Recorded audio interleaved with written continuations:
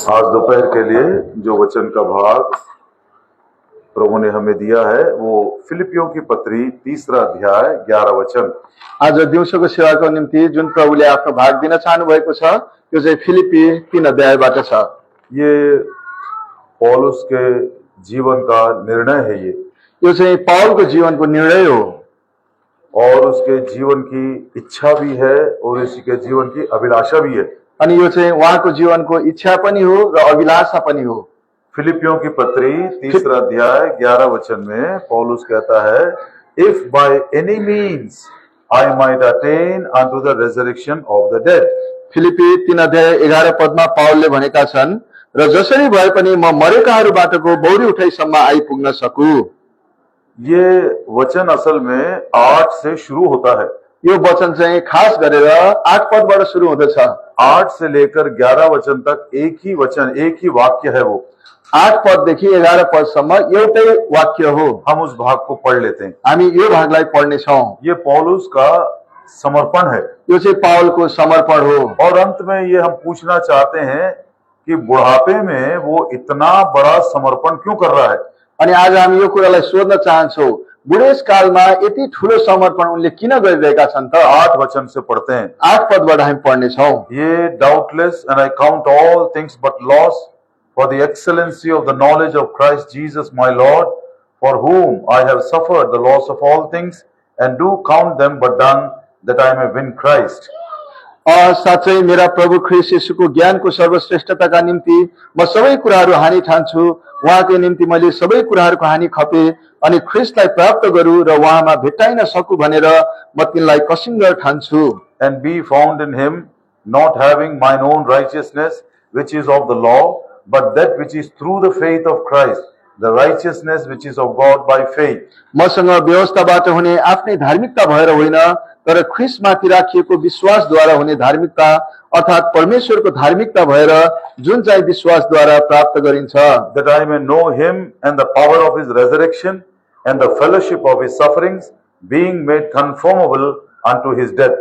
र उहाँको मृत्युसँग एक रूपको भएर म उहाँलाई उहाँको बौरी उठाएको सामर्थ्य र उहाँका दुःखहरूको संगति जान्न सकू।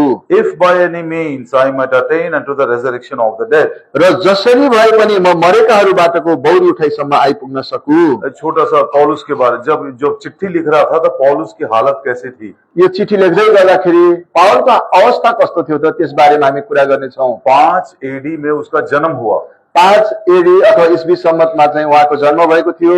34 AD में उसका नया जन्म हुआ। अनि 34 ईस्वी सम्मतमा चाहिँ उहाँको नयाँ जन्म भयो। मतलब जब उसने दमिश्क के मार्ग में प्रभु यीशु मसीह के ज्योति को देखा और उसकी वाणी को सुना, करीब वो 29 साल का था। अनि जब उहाँले दमस्कसको बाटोमा प्रभुको ज्योति देख्यो, प्रभुको आवाजलाई सुन्यो, उहाँ करिब 29 वर्षको हुनुहुन्थ्यो। और करीब 67-68 AD में वो प्रभु के पास चला गया। अनि 67-68 ईस्वी सम्मतमा चाहिँ उहाँ प्रभुमा उठाइनु भयो। और मतलब 34 ईस्वी में मतलब करीब 33-34 साल वो प्रभु के लिए सेवा किया। 33-34 इयर्स। 33-34 वर्ष चाहिँ उहाँले प्रभुको सेवाकाई गर्नुभयो। ये फिलिपियों की पत्री जब लिख रहा था, यो फिलिपीको पत्र जब उहाँले लेखिरहनु भएको थियो, वो जेल में था। उहाँ चाहिँ जेलमा हुनुहुन्थ्यो। जेल में छूटने के बाद, जेलबाट छुटे पश्चात शायद वो 2-3 साल और रहा।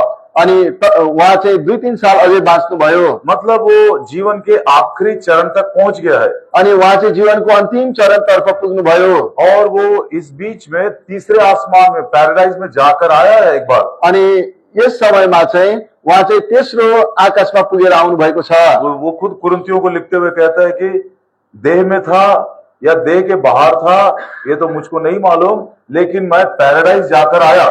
शरीरमा थिए वा बिना शरीरमा, तर म चाहिँ तेस्रो स्वर्गसम्म पुगेर आए भनेर पाउलले पहिलो कोरिन्थीमा लेखेका छन्। फिलिपियों की पत्री लिखने से पहले ऑलरेडी 10 पत्रियां लिख चुका है। फिलिपीको पत्र लेख्नुभन्दा अगाडि उहाँले 10 वटा पत्र चाहिँ लेखिसक्नु भएको थियो। और प्रभु के लिए जो वो दुख उठाया है, वो मैं सोचता हूं कि बहुत ही एक्सट्रीम लेवल में मानसिक दुख भी उठाया और शरीर में भी दुख उठाया प्रभु के लिए। अनि उहाँले चाहिँ प्रभुको निम्ति जुन चाहिँ दुःख उठाउनु भयो त्यो चरम बिन्दुमा उहाँले उठाउनु भयो। शरीरमा पनि अनि मानसिक तौरमा पनि उहाँले दुःख उठाउनु भयो। उन दिनों में जितने भी देशों में जा सकता था, नोन वर्ल्ड में जाकर उसने प्रचार भी किया। अनि जतिवटा त्यति बेला चिनिएको जानिएको देशहरू थियो त्यो देशहरूमा गएर उहाँले प्रचार पनि गर्नुभयो। और कितने कितने मंडलियों को भी स्थापित किया उसने। अनि कतिवटा मण्डलीहरूको पनि स्थापना उहाँले गर्नुभयो। ऐसा व्यक्ति यस्तो खालको व्यक्ति जस्ट मरने से 2 साल पहले बोलता है, अनि उहाँ मर्नुभन्दा 2 वर्ष अगाडि भन्नुहुन्छ, इस मसीह को जानने के लिए, उसके ज्ञान को प्राप्त करने के लिए सारी बातों को मैं कूड़ा और कचरा समझता हूँ। यो मसीहलाई जान्नको लागि, उहाँको ज्ञानलाई जान्नको निम्ति म सबै कुराहरूलाई खसिँदै ठान्छु। मैं उसके मृत्यु के समानता को हासिल करना चाहता हूँ। अनि त्यो मृत्युको समानतालाई म हासिल गर्न प्राप्त गर्न चाहन्छु। उसके दुखों में सहभागी होना चाहता हूँ। अनि उहाँको दुःखमा म सहभागी हुन चाहन्छु उसके पुनरुत्थान की शक्ति को जानना चाहता हूँ। र उहाँको पुनरुत्थानको शक्तिलाई म जान्न चाहन्छु। पहली बार सोचा तो मुझको इतना दंग रह गया मैं, और इतना हैरान भी हुआ। यह व्यक्ति आसमान में जाकर आया, 10-10 चिट्ठियां लिख चुका है, सारी दुनिया को सुसमाचार सुनाया, कितनी मंडलियों को उसने स्थापित किया। वो व्यक्ति बुढ़ापे में बोल रहा है मैं ये सब करना चाहता हूँ। अनि आज उहाँले 10वटा पत्र पनि लेख्नुभयो, त्यसको स्वर्गमा पुगेर पनि आउनुभयो। कति ठूला दुःखहरू, कति ठूलो कामहरू उहाँले गर्नुभयो र पनि उहाँले बुढेसकालमा भनिरहनु भएको छ म उहाँलाई जान्न सकूं, चिन्न सकूं भनेर। अब तो ये जेल से छूटेगा कि नहीं ये भी उम्मीद नहीं है असल में। अनि खासमा चाहिँ त्यो जेलबाट छुट्छ कि छुट्दैन त्यो पनि थाहा छैन खासमा। अब यदि हम पूछे, अब यदि हामीले सोध्यौं भने, पौलुस भाइ ये इतना समर्पण, इतना त्याग और इतना नुकसान तुम क्यों उठाना चाहते हो अभी भी? यति समर्पण, यति नोक्सान, यति त्याग तपाईँले किन उठाउन चाहनुहुन्छ पावल भनेर हामीले सोध्यौं भने, वो कहता है कैसा भी करके मैं पुनरुत्थान में भाग लेना चाहता हूँ। जसै गरेर भए पनि मैले चाहिँ त्यो पुनरुत्थानमा भाग लिनुपर्छ भनेर उहाँले भन्नुहुने थियो। प्रथम पुनरुत्थान में भाग लेना चाहता हूँ। पहिलो पुनरुत्थानमा भाग लिन चाहन्छु म। ये कब होगा? यो कति बेला हुन्छ? जब प्रभु यीशु मसीह मध्याकाश में आएंगे, जब प्रभु येशू मध्य आकाशमा आउनुहुन्छ, बादलों की सवारी में आएंगे, जब उहाँ बादलको सवारीमा आउनुहुन्छ, आखिरी तुरी जब फूकी जाएगी, जब आखिरी तुरै फुकिनेछ, जो प्रभु यीशु मसीह में मरे हैं जो प्रभु येशूमा मरेका छन् और जो लोग उसकी आवाज को सुन सकते हैं, अनि जो जसले उहाँको आवाजलाई सुन्न सक्छन्, जो प्रभु यीशु के साथ साथ चलते हैं, जो प्रभु येशूको साथ साथमा चल्दछन्, ज्ञानी कुंवारियों के समान जो उसके लिए तैयार हैं, ज्ञानी कुमारी जस्तै जो उहाँका निम्ति तयार छन्, जो उसके आगमन की बाट जोते हैं, जसले उहाँको आगमनको बाटोलाई हेरिरहेका छन्, जो जयवंत जीवन बिताते हैं, जसले जयवान जीवन बिताइरहेका छन्, वे सबके सब चले जाएंगे। उनीहरू सबैजना जानेछन्, सबके सब नहीं जाएंगे। सबैजना जाँदैनन्। प्रभु यीशु मसीह ने खुद बोला, प्रभु येशूले आफैले भन्नुभएको छ, ये बात मैं बार बार याद दिलाता हूँ सबको। अनि यो कुरा म तिमीहरूलाई घरिघरि याद दिलाउँछु सबैलाई। यूहन्ना सुसमाचार यूहन्नाको सुसमाचार 5 अध्याय। 5 अध्याय। ये प्रभु यीशु मसीह के वचन है, इसलिए हमको बहुत ही सीरियसली, सिंसियरली ग्रहण करना है।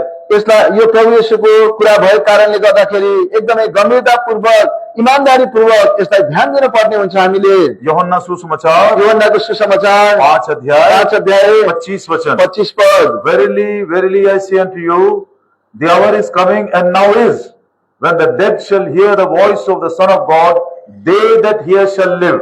साँचो साँचो म तिमीहरूलाई भन्दछु, त्यो घडी आइरहेको छ र अहिले नै हो जब मरेकाहरूले परमेश्वरका पुत्रको स्वर सुन्नेछन्, अनि जसले सुन्दैछन् ती जिउनेछन्। कौन जिएंगे? को जिउनेछ?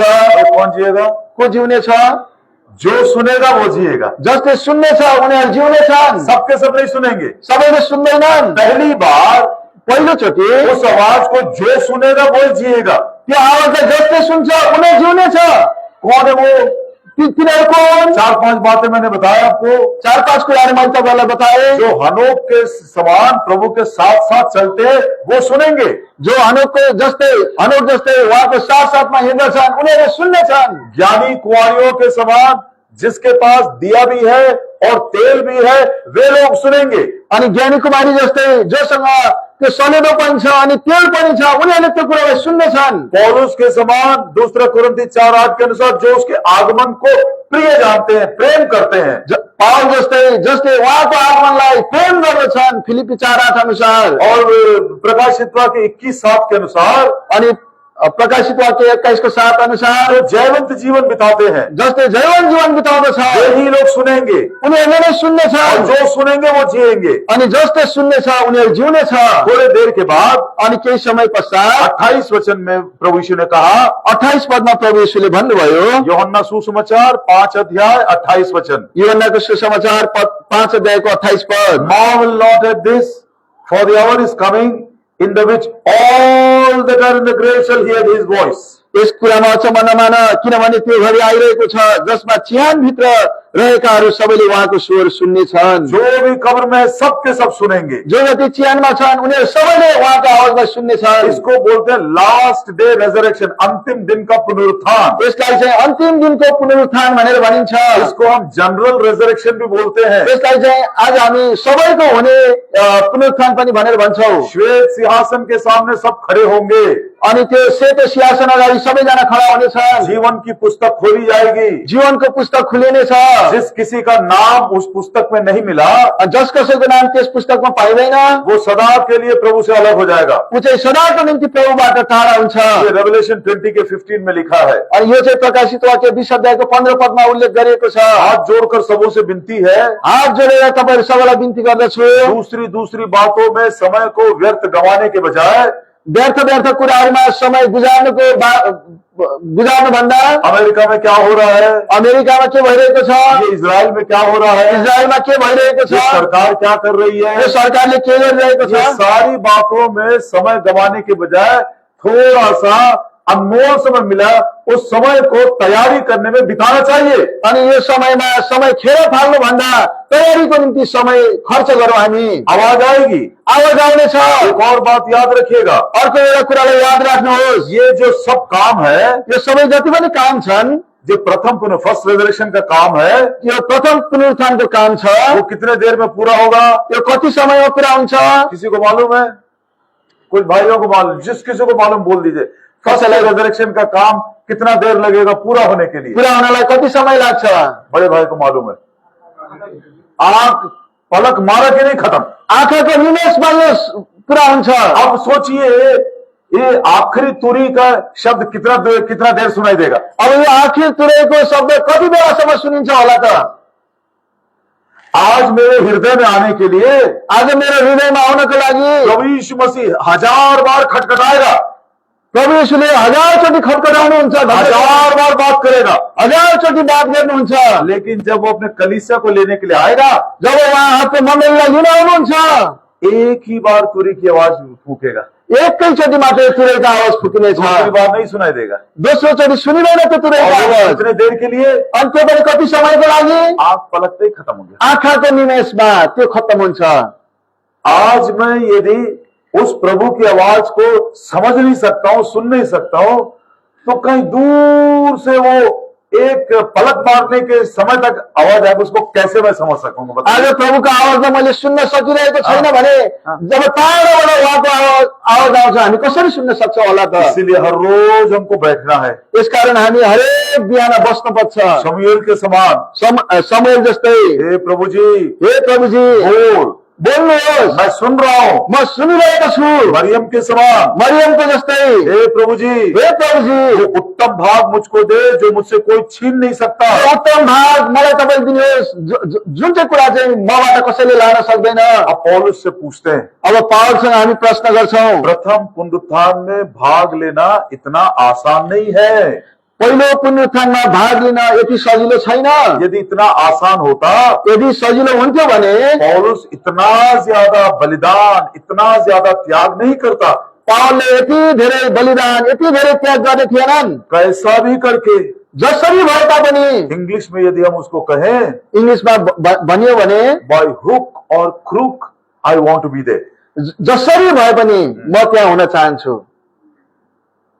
प्रियो, हम भी इस महान प्रेरित पौलुस के समर्पण को कम से कम थोड़ा बहुत समझ के साथ ग्रहण करके हम भी बोले, प्रभु जी कैसा भी करके मैं भी उस प्रथम पुनरुत्थान में भाग लेने के लिए मैं भी तैयारी करना चाहता हूं। यसरी महान व्यक्ति पावलले जस्तै त्यो समर्पण र बलिदान जो गर्नुभयो त्यो कुरालाई याद गर्दै हामी पनि भनौं, प्रभुजी म पनि त्यो पहिलो पुनरुत्थानमा भाग लिन चाहन्छु। ये बात आपको लोगों को मैं सुनाया हूँगा, यो कुरा मैले तपाईँहरूलाई भनेको छु होला, कुछ लोग जानते होंगे। कतिजनाले थाहा पाउनु भएको छ होला। यदि आपने सुने हैं तो फिर से सुनिए, यदि तपाईँले सुन्नु भएको छ भने फेरि सुन्नुहोस्, और जो लोग नहीं सुने हैं अनि जसले सुन्नु भएको छैन ध्यान दीजिएगा। ध्यान दिएर सुन्नु होला। 1970 की बात है, 1970 की बात है। यो चाहिँ 1970 सालको कुरा हो।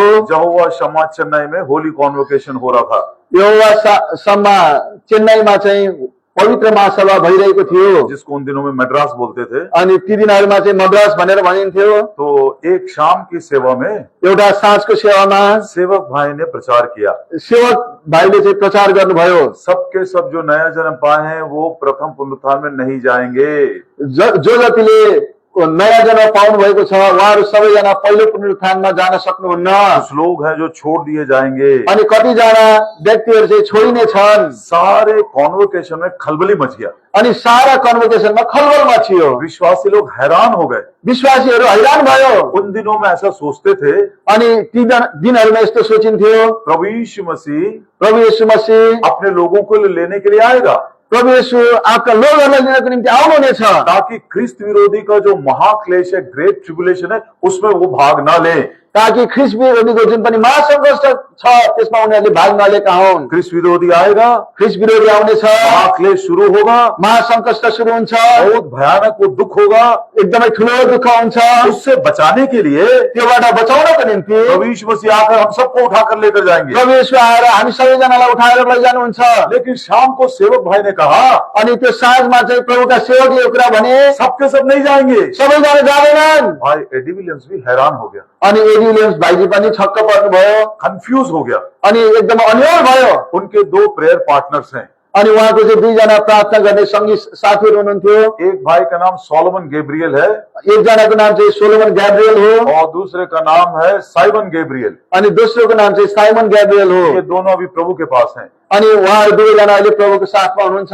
तीनों मिलकर अपना काम पूरा कर लिए, तीनैजना मिलेर आफ्नो काम पूरा गरे। रात को थोड़ा समय में प्रार्थना में बिताए, अनि रातको थोरै समय प्रार्थनामा बिताउनु भयो। मन के अंदर इतना व्याकुल थे वो, उनीहरू मनभित्र यति विचलित थिए, ये क्या बात है, यो के कुरा हो, नया जन्म पाएंगे सबके सब नहीं जाएंगे बोलता। नयाँ जन्म पाएर पनि सबैजना प्रभुसँग जाँदैनन् भनिएको छ। रात को 1 बजे वो भगत सिंह के पास गए। अनि रातको 1 बजे भाइजी भक्त सिंह कहाँ उहाँहरू जानुभयो। भाई भक्त सिंह भी बड़े हैरान हो गए। अनि भाइजी भक्त सिंह पनि छक्क पर्यो, बोले क्या हो गया, के भयो। भाई एडी विलियम्स ने कहा, एडी विलियम्स भाइजीले भन्नुभयो, भाई जी आज शाम को हमने संदेश में सुना, भाइजी आज साँझमा एउटा सन्देश सुन्यौं हामीले, सबके सब जो बोलते नया जन्म पाए हैं, बपतिस्मा लिए है, ये कर रहे हैं, वो नहीं जाएंगे। सबैजना जो जसले नयाँ जन्म पाएका छन्, बप्तिस्मा लिएका छन्, यो गरेका छन्, ऊ गरेका छन्, सबैजना प्रभुको राज्यमा जाँदैन। आप क्या बोल रहे हैं? खानमा जाँदैन।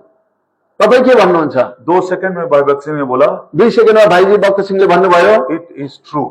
यो चाहिँ सत्य हो। क्या ये डर नहीं लाता मन के अंदर? के हाम्रो मनभित्र डर आउँदैन? एक और बात बोलकर आगे बढ़ता हूं। एउटा अर्को कुरा भनेर अगाडि बढ्दछु। इसमें सेवकों का कोई कोटा नहीं है। अनि यहाँनिर सेवकहरूको कुनै कोटा छैन। हाँ, जॉब के लिए जाते ना तो बोलते ना फलाने लोगों के लिए 15% कोटा है। अनि जागिरको लागि जाँदाखेरि भनिन्छ फलानाको लागि 15% कोटा छ। सेवकों के लिए कोई कोटा नहीं है। सेवकहरूको लागि कोटा छैन। एल्डर्स के लिए कोई कोटा नहीं है। एल्डर्सहरूको लागि, प्राचीनहरूको लागि कोटा छैन। संडे स्कूल टीचर्स के लिए भी कोई कोटा नहीं है। सन्डे स्कुलको टिचर्सहरूको लागि आरक्षण छैन। इसमें ये सब नहीं देखा जाएगा। यो सबै कुरा हेरिँदैन यसमा। ये 4-5 बातें देखा जाएगा। अब यहाँनिर हामी 4-5 वटा कुरालाई देख्दछौँ। प्रभु के साथ कौन कौन चल रहा था, प्रभुको साथमा को हिँडिरहेका थिए, ज्ञानी कुमारियों के समान कौन जीवन बिताया, ज्ञानी कुमारी जस्तो कसले जीवन व्यतीत गरेका थिए, कितने विश्वासियों जो जयवंत जीवन बिता रहे थे, कतिजना विश्वासीहरू थिए जसले जयवन्त जीवन व्यतीत गरिरहेका थिए, कितने लोग हैं जो प्रभु के आगमन को प्रेम करते थे, कहते थे हे प्रभु यीशु जल्दी आ, अनि कतिजना जनहरू थिए जसले प्रभुका आगमनलाई प्रेम गर्दथे र भन्दथे हे प्रभु तपाईँ छिटो आउनुहोस्। प्रभु दया करे प्रियो इस विषय में, प्रभुले हामीलाई यस विषयमा दया गरेका हुन् प्रियो। हमारे जीवन में जो थोड़े साल और प्रभु ने दिया, थोड़े दिन और प्रभु ने दिया, वो बहुमूल्य समय को हम इसीलिए बिताएंगे, तैयारी करेंगे, कैसा भी करके प्रभु यीशु मसीह के प्रथम पुनरुत्थान में हम भाग लेंगे। प्रभुले जुन पनि हाम्रो जीवनमा थोरै समय दिनुभएको छ, जस्तै प्रकारले भए पनि उहाँको त्यो पुनरुत्थानमा भाग लिनको निम्ति चाहिँ हामी तयारी बन्नुपर्छ। अब इस तीव्र लालसा को प्रकट करने के लिए तीव्र मतलब इंटेंस डिजायर। अनि यो एकदमै नियत सहितको जुन पनि इच्छा छ यसलाई प्रकट गर्नको लागि पौलुस ने 3 शब्दों को इस्तेमाल किया।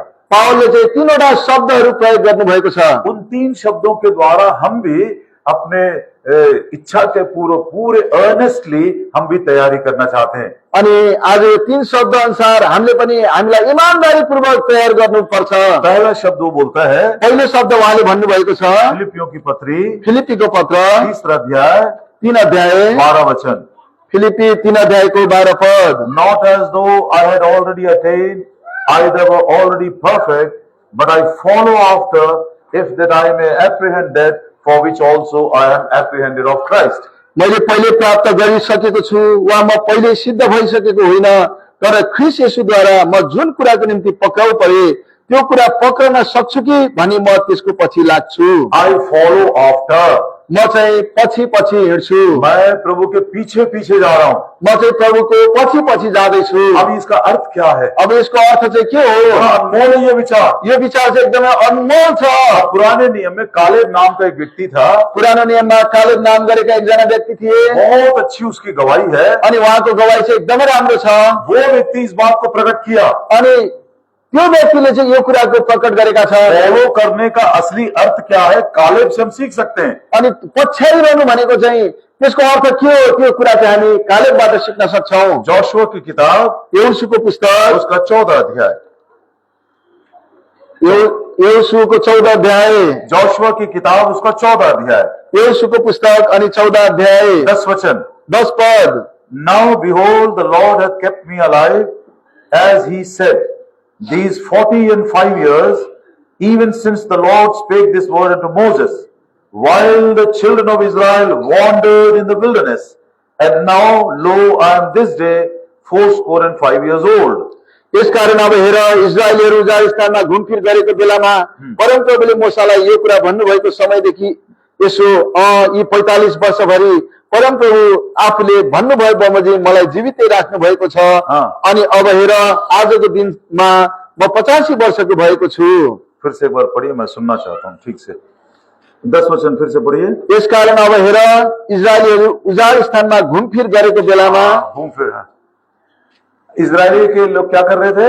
इजरायलीहरू के गरिरहेका थिए? भटक रहे थे। इंग्लिश में लिखा था कि इंग्लिश में दे वर वॉन्डरिंग इन द विल्डरनेस।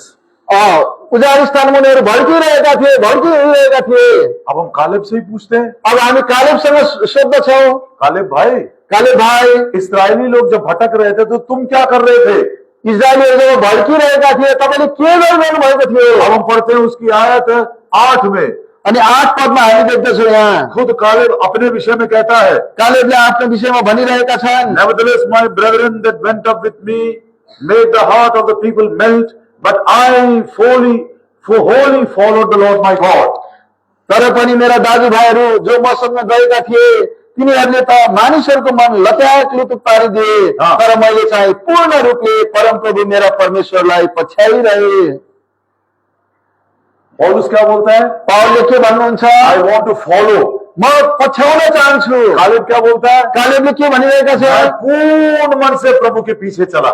म पूर्ण रूपमा प्रभुको पछि पछि हिँडे। मतलब छुड़ाई हुई प्रजा में मिस्र से निकलकर जो आए थे, छुटकारा जिन्होंने पाया था उनको 2 ग्रुप में हम बांट सकते हैं। अनि मिस्रबाट छुटकारा पाएर आएका व्यक्तिहरूलाई चाहिँ हामी 2 भागमा विभाजन गर्न सक्छौं। एक मेजोरिटी ग्रुप है, अनि एउटा चाहिँ एकदमै ठूलो समूह छ, एक माइनॉरिटी है। अनि एउटा चाहिँ सानो समूह छ। मेजोरिटी के लोग क्या कर रहे हैं? ठूलो संख्यामा भएका व्यक्तिहरूले के गरिरहेका छन्? नया जन्म नहीं पाए थे। उनीहरूले नयाँ जन्म पाएका थिएनन्। यस, पाए थे। पाएका थिए। मिस्र से बाहर कैसे निकले? मिस्रबाट बाहिर कसरी निस्के? मेमने के लहू के सामर्थ के द्वारा, मेमनाको रगतको सामर्थ्यद्वारा विश्वास से निकले थे। उनीहरू विश्वासबाट निस्केका थिए। क्या उन्होंने बपतिस्मा नहीं लिया? के उनीहरूले बप्तिस्मा लिएनन्? लिए थे। लिएका थिए। लाल समुद्र में से पार होकर गए। लाल समुद्रबाट पार भएर गए। क्या उन्होंने मन्ना नहीं खाया? के उनीहरूले मन्ना खाएनन्? मन्ना खाए थे। मन्ना खाएका थिए। चट्टान का पानी पिए थे। चट्टानको पानी पिएका थिए। मूसा जैसे सेवक है उनके पास। मोसा जस्ता सेवकहरू थिए उनीहरूसँग, हारून जैसा महायाजक है उनके पास, हारून जस्तो महायाजक थियो उनीहरूसँग, परमेश्वर का मंडप उनके साथ है, परमेश्वरको मण्डप त्यो निवास स्थान उनीहरूसँग थियो। रात और दिन अग्नि का खंभा बादल का खंभा उनके साथ साथ है। दिन रात आगोको खम्बा बादलको खम्बा उनीहरूको साथ साथमा थियो। क्या ये बात से हृदय चुपता नहीं है? इतनी सारी आत्मिक प्रबंध के बावजूद भी मेजॉरिटी छुड़ाई हुई प्रजा भटक रही है जंगल में। हेर्नुहोस् त, यति ठुलो प्रबन्ध बीचमा पनि ठुलो संख्याका व्यक्तिहरू उजाड स्थानमा भड्किरहेका छन्। के यो कुराले हाम्रो हृदयलाई छुट्याउँछ? माइनॉरिटी है, थोड़े से लोग हैं जो फॉलो कर रहे हैं। अनि थोरै संख्याका मानिसहरू मात्रै उहाँलाई पछ्याइरहेका छन्। पौलुस कहता है पावलले भन्दछ, जो जंगल में भटक रहे थे जो जंगलमा भड्किरहेका थिए, परमेश्वर उनसे प्रसन्न नहीं था, परमेश्वर उनीहरूसँग प्रसन्न हुनुहुन्थेन। इसलिए क्या किया? त्यसकारण के भयो? जंगल में ही ढेर कर दिया। अनि सबै जंगलमा उनीहरू पछारो परे। मिस्र से बाहर क्यों निकाला?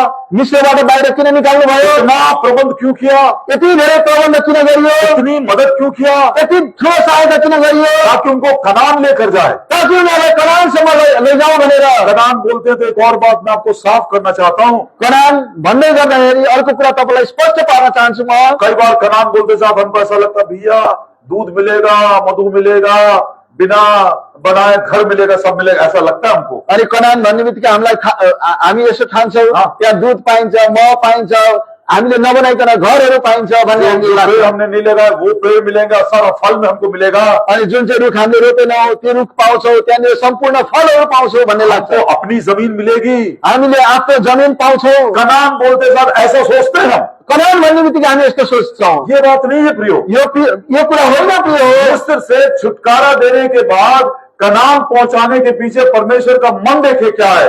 अनि मिस्रबाट छुटकारा दिएर कनान पुर्याउनुको पछाडि परमेश्वरको मनलाई हेरौँ हामी, उहाँको मन कस्तो छ। एजिकियल की किताब इजिकियलको पुस्तक 20 अध्याय 20 अध्याय और उसका 6 वचन। इजिकियल 20 अध्यायको 6 पद। एजिकियल की किताब 20 अध्याय और उसका 6 वचन।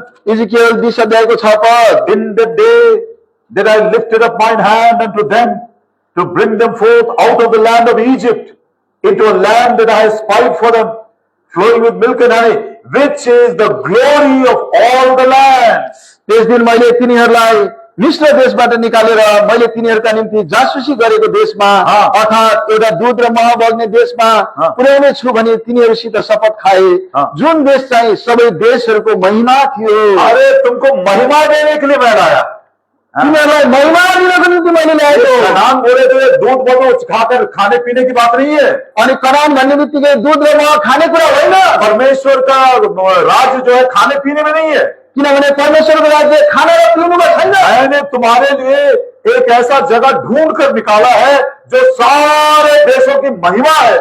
मैले तिमीहरूको निम्ति यस्तो देशलाई खोजेर निकालेको छु जुन चाहिँ देश सबै देशहरूको महिमा हो। मिस्र से छुटकारा देने के पीछे हमारे परमेश्वर यहोवा का विचार था कि अपने लोगों को छुड़ाई हुई प्रजा को महिमा दे।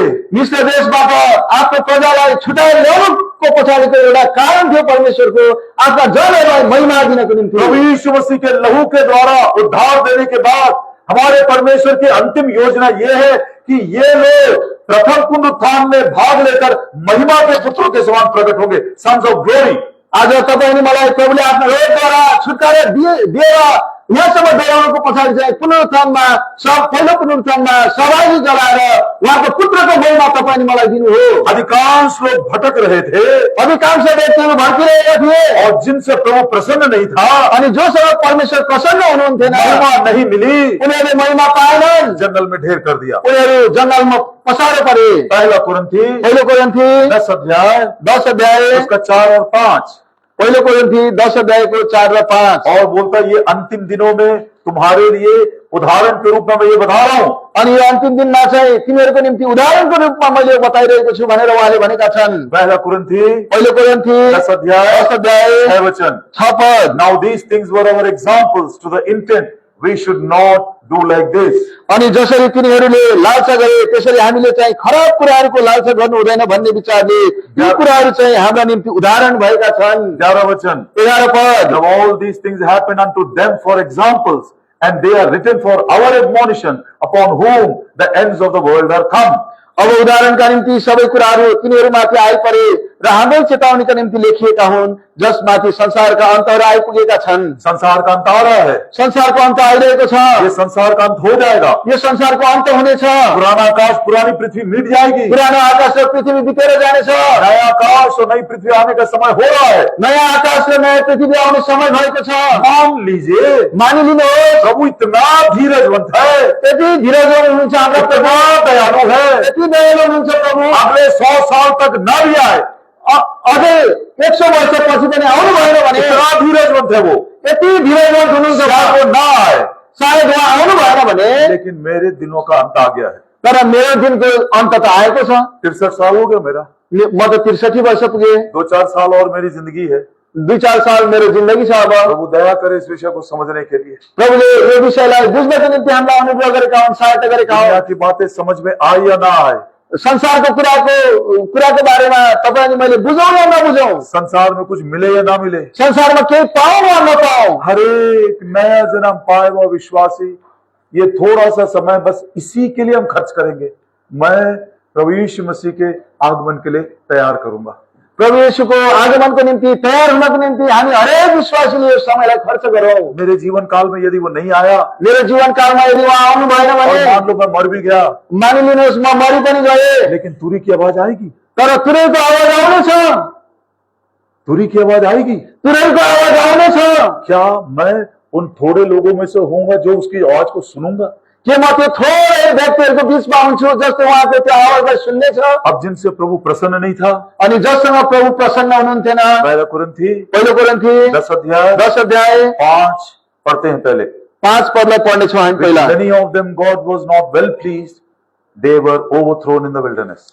तर तिनीहरूमध्ये धेरैसँग परमेश्वर खुसी हुनु भएन, किनकि तिनीहरू उजाड स्थानमा पसारो परे। उद्धार पाए हुए लोगों में उजाड पाएका व्यक्तिहरू जो मिस्र में से बाहर निकल गए हैं, जो मिश्रबाट बाहिर निस्केका थिए, जो लाल समुद्र से बपतिस्मा लेकर निकले हैं, जसले लाल समुद्रमा बत्तीसमा लिएर निस्के, और जिनको प्रभु के वाणी सुनने का, मन्ना खाने का और जीवन का जल पीने का सब प्रकार का प्रबंध मिला है, अनि जसलाई मन्ना खाने, जीवनको जल पिउने सबै कुराको प्रबन्ध मिलेको थियो, उस झुंड को हम 2 भाग में बांट सकते हैं। त्यो झुण्डलाई, त्यो समूहलाई हामी 2 भागमा विभाजन गर्न सक्छौं। एक भाग भटकने वालों का है एउटा भाग चाहिँ एकदमै भड्की हिँड्नेको हो, और दूसरा भाग है जो पूर्ण मन से प्रभु के पीछे फॉलो कर रहे हैं। अनि दोस्रो झुण्ड चाहिँ त्यो हो जसले आफ्नो पुरा हृदयले प्रभुलाई पछ्याइरहन्छन्। मैं अपने आप से पूछना चाहता हूँ, म आफैले आफैलाई सोध्न चाहन्छु, am I a follower or am I a wanderer? के म उहाँलाई पछ्याइरहने व्यक्ति हुँ या त भड्की हिँड्ने व्यक्ति हुँ? अब पीछे चलने वालों के लिए 7 आशीष है, संक्षिप्त में थोड़ा थोड़ा हम देख लेंगे। अनि प्रभुलाई पछ्याइरहनेहरूको निम्ति 7 वटा आशीष छ, हामी संक्षिप्तमा हेर्नेछौँ। पूर्ण मन से प्रभु के पीछे जाने में कितनी बड़ी आशीष है, कितनी बड़ी भलाई है। पूर्ण प्रकारले प्रभुलाई पछ्याइरहँदाखेरि हामीलाई कति धेरै आशीष छ, कति धेरै भलाइ छ। पहली आशीष पहिलो आशीष मरकुस सुसमाचार मरकुसको सुसमाचार 10 अध्याय 10 अध्याय और उसका 32 वचन। मरकुस 10 अध्यायको 32 पद। Mark's Gospel chapter 10 and verse 32. मरकुस 10 को 32। And they were going in the way up to Jerusalem. Jesus went before them. अनि माथि यरुशलेमतिर जाँदै गर्नुहुँदा उहाँहरू बाटोमा हुनुहुन्थ्यो, अनि येशू तिनीहरूको अघि अघि गइरहनु भएको थियो। हाँ, प्रभु यीशु मसीह सब एक साथ चल रहे थे। सबैजना एक साथ हिँडिरहेका थिए। अचानक प्रभु यीशु मसीह सबको छोड़ उनके आगे चला गया। अनि अचानक प्रभुले सबैलाई छोडेर अगाडि बढ्नुभयो। अब ये लोग सब उसके पीछे पीछे जा रहे हैं। अनि अरू सबैजना चाहिँ उहाँको पछि पछि हिँडिरहेका छन्। कहाँ गया वो? कहाँ गइरहेका छन्? यरूशलेम में गया। यरुशलेममा जानुभयो। और यरूशलेम से कहाँ गया? अब यरुशलेमबाट कहाँ जानुभयो? वो कैंप के बाहर चला गया, उहाँ चाहिँ छाउनीको बाहिर जानुभयो, जहां पर उसने अपना प्राण बलिदान किया। जहाँ उहाँले आफ्नो प्राणलाई बलिदान गर्नुभयो। जो प्रभु यीशु मसीह के पीछे पीछे चलते हैं, जो प्रभु यीशुको पछि पछि हिँड्दछन्, प्रभु उनको कलवरी के क्रूस तक पहुंचाता है। प्रभुले उनीहरूलाई कल्वरीको क्रुससम्म पुर्याउनुहुन्छ। वहां पर क्या हुआ? त्यहाँ के हुन्छ? इब्रानियों की पत्री हिब्रूको पुस्तक उसका 10 अध्याय 10 अध्याय, इब्रानियों की पत्री और उसका 10 अध्याय हिब्रू 10 अध्याय और उसका 20 वचन। अनि त्यसको 20 पद। By a new and living way which he hath consecrated for us through the veil, that is to say his flesh. एउटा नयाँ र जिउँदो बाटोद्वारा, जुन बाटो उहाँले त्यस पर्दाद्वारा हाम्रा निम्ति खोल्नुभयो, जुन चाहिँ उहाँको शरीर हो। जो प्रभु के पीछे पीछे चलते हैं, जो प्रभुको पछि पछि हिँड्दछन्, वो सबसे पहले प्रभु उनको मुक्ति के मार्ग में लेकर जा रहा है। उसने तैयार किया है वो मार्ग। प्रभुले चाहिँ उनीहरूलाई मुक्तिको मार्गको पछाडि लैजानुहुन्छ। त्यो मार्ग प्रभुले तयार गर्नुभएको छ। कलवरी के क्रूस के ऊपर अपना प्राण बलिदान किया। कलवरीको क्रुसमा उहाँले आफ्नो प्राण बलिदान गर्नुभयो। अपनी देह के द्वारा आफ्नो देहद्वारा एक नया और जीवता मार्ग उसने खोल दिया है। उहाँले हामीलाई एउटा नयाँ र जिउँदो मार्ग खोलिदिनु भएको छ। ये सबसे पहली आशीष है। यो चाहिँ सबैभन्दा पहिलो आशीष हो। एक ही मार्ग है, एउटै मात्र बाटो छ। एक ही मार्ग है। एउटै मात्र बाटो छ। प्रभु यीशु ने कहा मैं मार्ग हूं। प्रभु यीशुले भन्नुभयो म बाटो हुँ। मरकुस में पढ़ते हैं मरकुसमा हामी पढ्दछौँ। उनके आगे चला गया वो। उहाँ चाहिँ उनीहरूको अगाडि अगाडि जानुभयो। किस लिए आगे गया? किन अगाडि जानुभयो? ताकि द वे ऑफ साल्वेशन, मुक्ति का मार्ग वो तैयार करे। मुक्तिको मार्गलाई तयार गर्नको निम्ति। हे प्रभु यीशु, हे प्रभु यीशु, मैं बहुत दिनों से यहाँ वहाँ भटक रहा था। बहुत दिनबाट म यताउता भड्किरहेको थिएँ। आज मैं तेरे पीछे आ रहा हूँ। आज म तपाईको पछि आउँदैछु। मैं जानता हूँ तूने मेरे लिए मुक्ति का मार्ग, द वे ऑफ साल्वेशन खोल कर रखा है।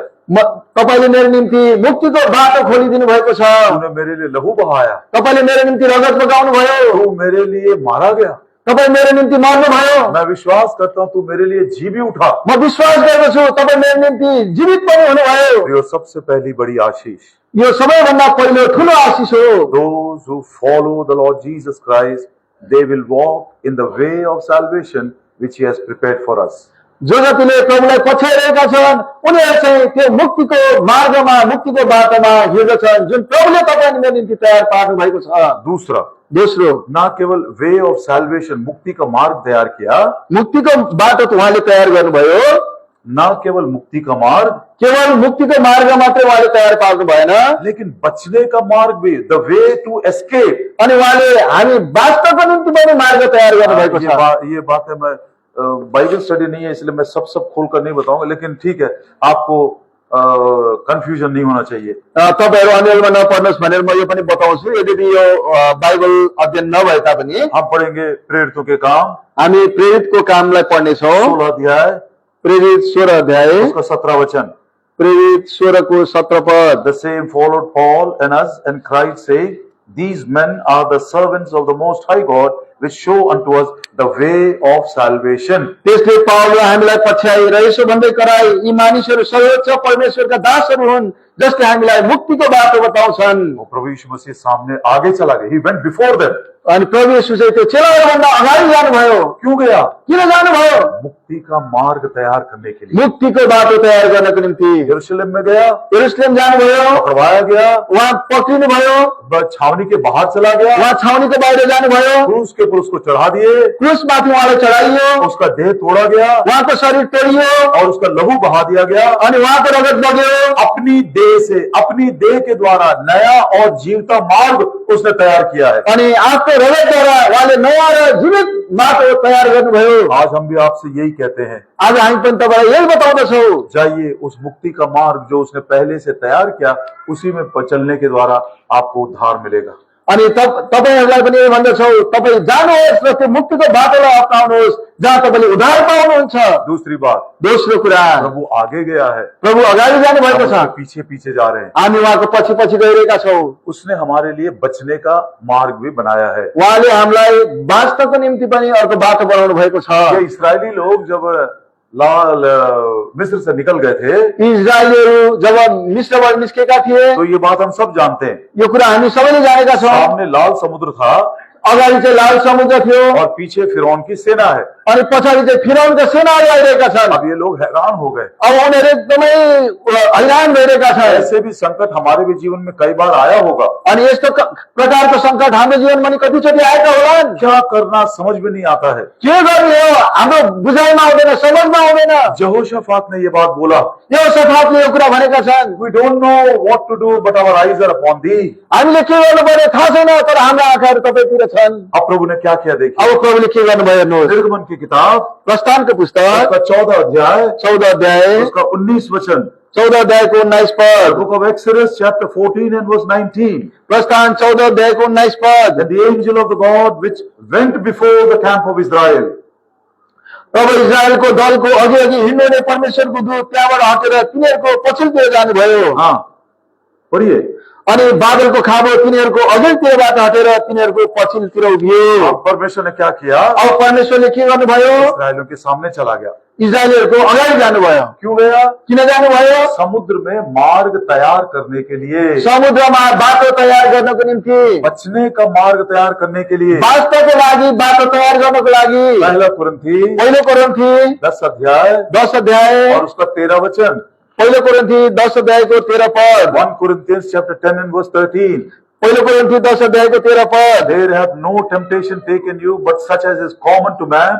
But God is faithful, who will not suffer you to be tempted above that which you are able, but will with every temptation make a way to escape, that you may be able to bear it. मानिसमाथि आइपर्ने किसिमको परीक्षा बाहेक अरू कुनै परीक्षा तिमीहरूमाथि आइपरेको छैन। तर परमेश्वर विश्वासयोग्य हुनुहुन्छ, जसले तिमीहरूलाई तिमीहरूको शक्तिदेखि बाहिरको परीक्षामा पर्न दिनुहुने छैन। तर तिमीहरूले सहन सक भनेर परीक्षाको साथ साथमा उम्किने बाटो पनि बनाउनु हुनेछ। बचने का मार्ग बनाने के लिए उम्किने अथवा बाँच्ने बाटो बनाउनको लागि परमेश्वर क्या किया? परमेश्वरले के गर्नुभयो? उनके आगे चला गया, उनीहरूको अगाडि जानुभयो। पूरा समुद्र को पार किया, पुरा समुद्रलाई पार गर्नुभयो, मार्ग तैयार किया, बाटो तयार गर्नुभयो। और फिर उनके पीछे आकर खड़ा हो गया। अनि उनीहरूको पछाडि आएर खडा हुनुभयो। और अब 20% में पढ़ते हैं, अनि 20 पदलाई हामी पढ्दछौँ। निर्गमन 14 का 20। प्रस्थान 14 को 20 पद। And it came between the camp of the Egyptians and the camp of Israel, and it was cloud and darkness to them, but it gave light by night to these, so that one came not near the other all the night. अनि त्यो मिश्रीहरूको दल इजरायलीहरूको दलको बीचमा आयो, अनि मिश्रीहरूका निम्ति त्यो बादल र अन्धकार बन्यो, तर यिनीहरूलाई चाहिँ त्यसले राति उज्यालो दियो। यसकारण रातभरि एउटा दल अर्को दलको नजिक आएन। परमेश्वर सामने चला गया, परमेश्वर अगाडि जानुभयो, समुद्र में मार्ग तैयार किया। समुद्रमा मार्ग बनाउनु भयो। अब इसको ये भी भजन का लिखने वाला बताता है ये बात। अनि यो कुरालाई भजनकारले पनि बताउनु भएको छ। Psalm 78, भजन संग्रह 78 अध्याय। मेरे ख्याल से करेक्ट हूं मैं, भाई Psalm 77 है, सॉरी Psalm 77 भजन संग्रह 77 अध्याय and verse 19. अनि 19 पद। Thy way is in the sea, and thy path in the great waters, thy footsteps are not known. 77 का 19, 77 का 19 अंडरलाइन कर लीजिए। तपाईले अन्डरलाइन गर्न सक्नुहुन्छ। आपके जीवन में शायद अभी भी ऐसे कोई परिस्थिति में से आप जा रहे हैं, तपाईँ हुन सक्छ यो खालको परिस्थितिको बाटोबाट तपाईँ गइरहनु भएको होला। आपको समझ में नहीं आ रहा क्या करना है, कहाँ जाना है। तपाईलाई थाहै छैन कहाँ जाने, कसो गर्ने। प्रभु आपके आगे चला गया है, प्रभु तपाईको अगाडि जानु भएको छ। सिर्फ उसको फॉलो करिए। केवल उहाँलाई पछ्याउनुहोस्। बचने का मार्ग को तैयार किया है। बाँच्ने बाटो उहाँले तयार गर्नु भएको छ। कहाँ तैयार किया? कहाँ तयार गर्नु भएको छ? समुद्र में। समुद्रमा। पढ़िए 77 का 19। 77 को 19 पद। तपाईको मार्ग समुद्रमा छ र तपाईको बाटो महासागरमा छ, अनि तपाईका पाइलाका छापहरू थाहा अरे पाइँदैन। समुद्र में फुटस्टेप्स कहाँ से मिलेंगे? समुद्रमा त्यो पाइलाहरू कहाँ पाइन्छ? और यदि कोई पूछे भी, अनि कसैले सोध्यो भने पनि अरे प्रभु समुद्र में से गया है, प्रभु समुद्रको बाटो भएर जानुभयो, ठीक है, मार्ग तैयार भी कर दिया, उहाँले बाटो पनि तयार गरिदिनु भयो। लेकिन कौन सा फुटस्टेप्स है उसके पीछे चल रहा है? अनि त्यो पाइलाका डाँडाहरू कहाँ छ उहाँको पछाडि चल्नलाई? यही सौभाग्य आपका और मेरा है। अनि यही सौभाग्य तपाईँ नि मेरो हो।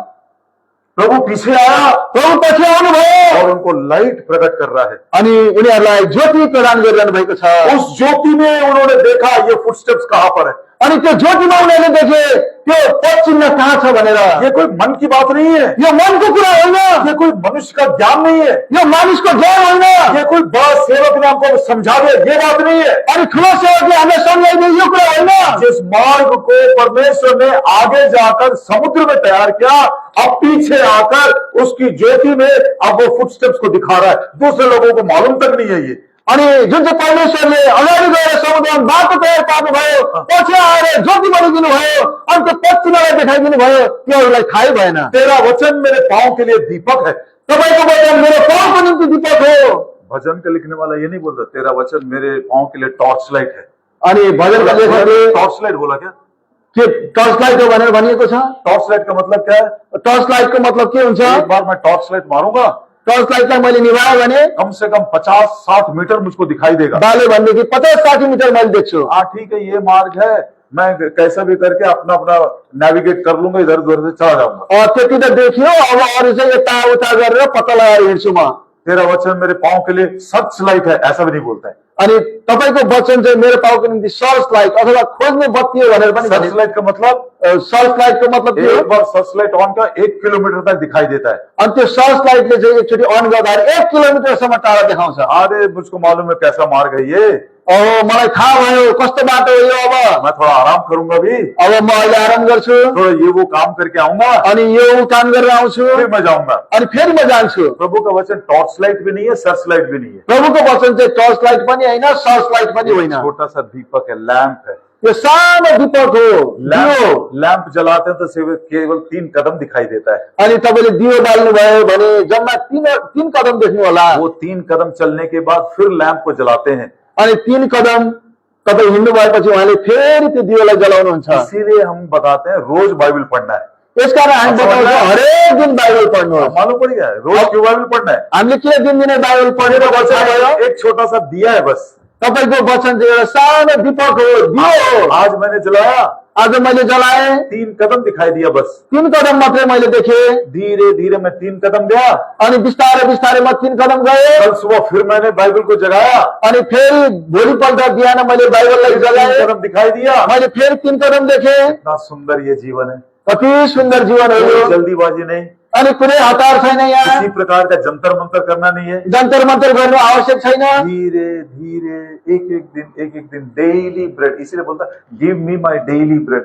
मैं धीरे अपने उसको पहुंच जाऊंगा, अपना डेस्टिनेशन पहुंच जाऊंगा। यसकारण भनेको छ मलाई दिनौको भोजन दिनुहोस्, अनि हामी बिस्तारै बिस्तारै आफ्नो गन्तव्यतर्फ बढ्न सक्छौं। संकट के समय संकटको समयमा ये बात मैं बार बार रिपीट करता हूँ। यो कुरा म घरिघरि स्मरण गर्छु। आप चाहे 10 बार भी सुने हो, तपाईले 10 चोटि सुन्नु भएको भए तापनि मैं चाहता हूँ कि आप 11वीं बार सुनो उसको। अनि म चाहन्छु तपाईले 11 चोटि पनि सुन्नुहोस् यसलाई। प्रियो, ये जो मार्ग परमेश्वर ने तैयार किया था, बचने का मार्ग, अनि यो बाँच्नेको बाटो जुन पनि उहाँले तयार पार्नु भएको थियो त्यो आप में से कोई यदि बताएगा किस समय तैयार किया प्रभु ने इसको? प्रभुले कुन चाहिँ समयमा यो तयार पार्नु भयो? तपाईहरु मध्ये कसैले बताउन सक्नुहुन्छ? कौन सा समय था वो? त्यो कुन चाहिँ समय थियो? रात का समय था। रातको समय थियो। पढ़िए निर्गमन की किताब, आउनुहोस् त प्रस्थानको पुस्तक 14 अध्याय 14 अध्याय 21 वचन। 21 पद। अनि मूसाले आफ्ना हात समुद्रमाथि पसारे, अनि परमप्रभुले रातभरि शक्तिशाली पूर्वीय हावाद्वारा समुद्रलाई पछिल्तिर हटाइदिनु भयो र समुद्रलाई सुक्खा जमिन बनाउनु भयो, अनि पानी 2 भाग पारियो। किसने समुद्र को 2 भाग किया? कसले समुद्रलाई 2 भाग पारिदिनु भयो? परमेश्वर ने किया। परमेश्वरले गर्नुभयो। कब किया? कति बेला गर्नुभयो? राति। रात भर काम कर रहा है। रातभर काम गरिरहनु भयो उहाँले। What a compassionate God, what a loving God we have. कति दयालु परमेश्वर हुनुहुन्छ, कति प्रिय परमेश्वर हुनुहुन्छ उहाँ। प्रभु यीशु मसीह खुद क्या बोलते मालूम? प्रभु येशू आफैले के भन्नुभएको छ थाहा छ? यूहन्ना सुसमाचार यूहन्नाको सुसमाचार 9 अध्याय 9 अध्याय उसका 4 वचन। 9 अध्यायको 4 पद। यूहन्ना सुसमाचार 9 अध्याय और उसका 4 वचन। यूहन्ना सुसमाचार 9 अध्यायको 4 पद। I must work the works of him that sent me while it is day. The night cometh when no man can work. दिन हुँदा हुँदै मलाई पठाउनु हुनेका कामहरू गरिहाल्नु पर्छ। रात आउँछ तब कसैले काम गर्न सक्दैन। मनुष्य दिन को ही काम कर सकता है, मानिस दिनमा मात्रै काम गर्न सक्छ। रात के समय मनुष्य काम नहीं कर सकता। रातको समयमा मानिसले काम गर्न सक्दैन। लेकिन प्रभु का धन्यवाद हो, रात के समय प्रभु काम करता है। तर प्रभुलाई धन्यवाद होस्, उहाँले रातको समयमा काम गर्नुहुन्छ। इसलिए बार बार मैं कहता हूँ, यस कारणले गर्दा घरिघरि म बताउँछु, रात के समय रातको समय किसी भी मनुष्य के पास मत जाना। कुनै पनि मानिस कहाँ नजानुहोस्। मनुष्य मदद नहीं कर सकता है। मानिसले सहायता गर्न सक्दैन। प्रभु है जो रात के समय, दुख के समय, अंधकार के समय समझ में नहीं आता, वो हमारे लिए मार्ग तैयार करता है और मार्ग तैयार करके उसके वचन की ज्योति में वो फुटस्टेप्स भी दिखाता है जहां पर हम चल सकते हैं। रातको समयमा प्रभुले तपाईले मलाई सहायता गर्नुहुन्छ, दुःखको समयमा उहाँले तपाईले मलाई सहायता गर्नुहुन्छ, अनि उहाँले एकदमै त्यो ज्योतिद्वारा आफ्नो पश्चिममा उहाँले तपाईले मलाई देखाउनुहुन्छ। कई एग्जाम्पल्स मैं भी दे सकता हूँ। कतिवटा उदाहरण म पनि दिन सक्छु। प्रभु ने अपने वचन की ज्योति में किस रीति से बचने का मार्ग बनाकर हमको कितने बार संभाल लिया। प्रभुले आफ्नो वचनद्वारा बाँच्नेको बाटो देखाएर कतिपय अवस्थाहरूमा हामीलाई सम्हाल्नु भएको छ। प्रभु हमारे सामने गया है। प्रभु हाम्रो अगाडि जानु भएको छ, मैं उसके पीछे पीछे फॉलो कर रहा हूँ। म चाहिँ उहाँलाई पछि पछिबाट पछ्याउँदैछु। पहली आशीष, पहिलो आशिष मुक्ति का मार्ग मिला। मुक्तिको बाटो पायौं। दूसरा, दोस्रो बचने का मार्ग मिला। बस बाँच्ने बाटो पायौं। तीसरा आशीष, तेस्रो आशिष विजय का, द पाथवे टू विक्ट्री, विजय पाने का भी मार्ग मिला। विजय पाउने बाटो पनि हामीले पाएका छौं। न्यायियों की किताब न्यायको पुस्तक 4 अध्याय 4 अध्याय 14 वचन। न्याय 4 अध्याय न्यायकर्ता 4 अध्यायको 14 पद। The book of Judges in chapter 4, न्यायकर्ताको पुस्तक 4 अध्याय 14th verse. 14 पद। And Deborah said unto Barak, Up, for this is the day which the Lord hath delivered Sisera into thy hand. Is not the Lord gone out before thee? कितना सुंदर प्रश्न देखिए। कति सुन्दर प्रश्न छ। तब दबोराले बालकलाई भनिन्, उठ, किनभने आज परमप्रभुले सिसरालाई तिम्रो हातमा सुम्पिदिनु भएको दिन हो। के परमप्रभु तिम्रो अघि निस्कनु भएको छैन र? क्या प्रभु तेरे आगे चला नहीं गया है? हे प्रभु, तब तिम्रो अगाडि निस्केर जानु भएको छैन र? किसके लिए? कसको लागि? तेरे शत्रुओं को हराने के लिए, तिम्रा शत्रुहरूलाई हराउनको निम्ति, तेरे शत्रुओं को तेरे वश में करने के लिए। तिम्रा शत्रुहरूलाई तिम्रो अधीनतामा वशमा दिनको निम्ति। व्यवस्था विवरण व्यवस्थाको पुस्तक उसका 9 अध्याय 9 अध्याय 3 वचन। 9 अध्यायको 3 पद। The book of Deuteronomy chapter 9 and verse 3. व्यवस्था 9 अध्यायको 3 पद। Understand therefore this day that the Lord thy God is he which goeth over before thee as a consuming fire. He shall destroy them, he shall bring them down before thy face, so shalt thou drive them out and destroy them quickly as the Lord has said unto thee. यसकारण आज तिमीले बुझिराख, परमप्रभु तिम्रो परमेश्वर नै तिम्रो अघि अघि पारी जानुहुनेछ।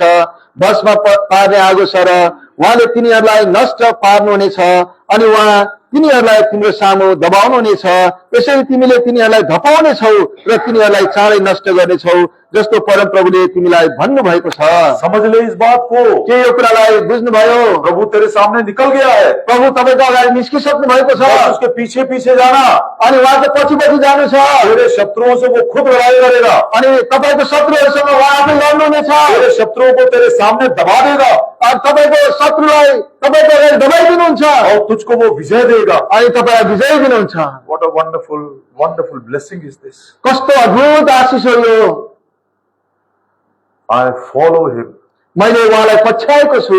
Wholeheartedly I follow him. एउटा पूर्ण हृदयले मैले उहाँलाई पछ्याएको छु। I found the way of salvation. मैले मुक्तिको बाटो पाएँ। I found the way to escape. मैले बाँच्ने बाटो पाएँ। I found the way of victory. मैले विजयको बाटो पाएँ। चौथी बात, चौथो कुरा, सबसे बड़ा हमारा दुख क्या है मालूम? हाम्रो सबैभन्दा दुःखदायक कुरा के हो थाहा छ? कल क्या होगा? भोलि के हुन्छ? मेरा नौकरी क्या होगा? मेरो जागिर के हुने हो? मेरे बच्चों की शादी कैसे होगी? मेरो छोराछोरीको विवाह कसरी हुन्छ? मेरा फाइनेंशियल प्रॉब्लम्स कैसे होगा? अनि मेरो यो आर्थिक समस्याहरू कसरी हुन्छ?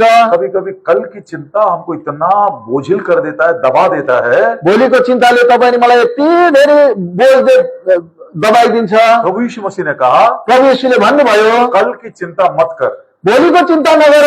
क्यों? किन? तुझसे पहले तेरे कल में मैं पहुंचा हूं। किनभने तिमीभन्दा पहिल्यै तिम्रो भोलिको दिनको लागि म पुगिसकेको छु। मेरे कल में जाने से पहले प्रभु यीशु मसीह आज ही चला गया। अनि म भोलिको दिनमा म जानुभन्दा पहिला प्रभु आजै पुगिसक्नु भएको छ। आगे जाकर मेरे लिए सब प्रबंध किया है। अगाडि गएर मेरो निम्ति सबै प्रबन्ध गरिदिनु भएको छ। क्या खाऊंगा, क्या पीऊंगा, क्या पहनूंगा, क्या बनाऊंगा, बिल्कुल इसकी चिंता मत करना। के खानुपर्छ, के पिउनुपर्छ, के लगाउनुपर्छ, यसको चिन्ता नगर्नुहोस्। मत्ती सुसमाचार मत्तीको सुसमाचार 6 अध्याय 6 अध्याय उसका 31 वचन। मत्ती 6 अध्यायको 31 पद। Therefore take no thought saying, what shall we eat, what shall we drink, wherewithal shall ye be clothed. यसकारण हामी के खाउला, के पिउला, वा हामी के पहिरौला भन्दै तिमीहरू फिक्री नगर। 34 वचन। 34 पद। Take therefore no thought for the morrow, for the morrow shall take the thought for the things of itself, sufficient unto the day is the evil thereof. यसकारण भोलिका निम्ति फिक्री नगर, किनकि भोलिको दिनले आफ्नै थोकहरूका निम्ति फिक्री गर्नेछ। आजको खराबी आजको निम्ति प्रशस्त छ। कल की चिंता मत कर। भोलिको चिन्ता नगर। तेरे आने से पहले मैं कल में प्रवेश कर दिया हूं। तिमी आउनुभन्दा अगाडि नै म तिम्रो भोलिको दिनमा प्रवेश गरिसकेको छु। तेरे सब आवश्यकताओं को मैं जानता हूं। तिम्रो सम्पूर्ण आवश्यकतालाई मैले जानेको छु। मैं तेरे लिए प्रबंध करूंगा। म तिम्रो निम्ति प्रबन्ध गर्नेछु।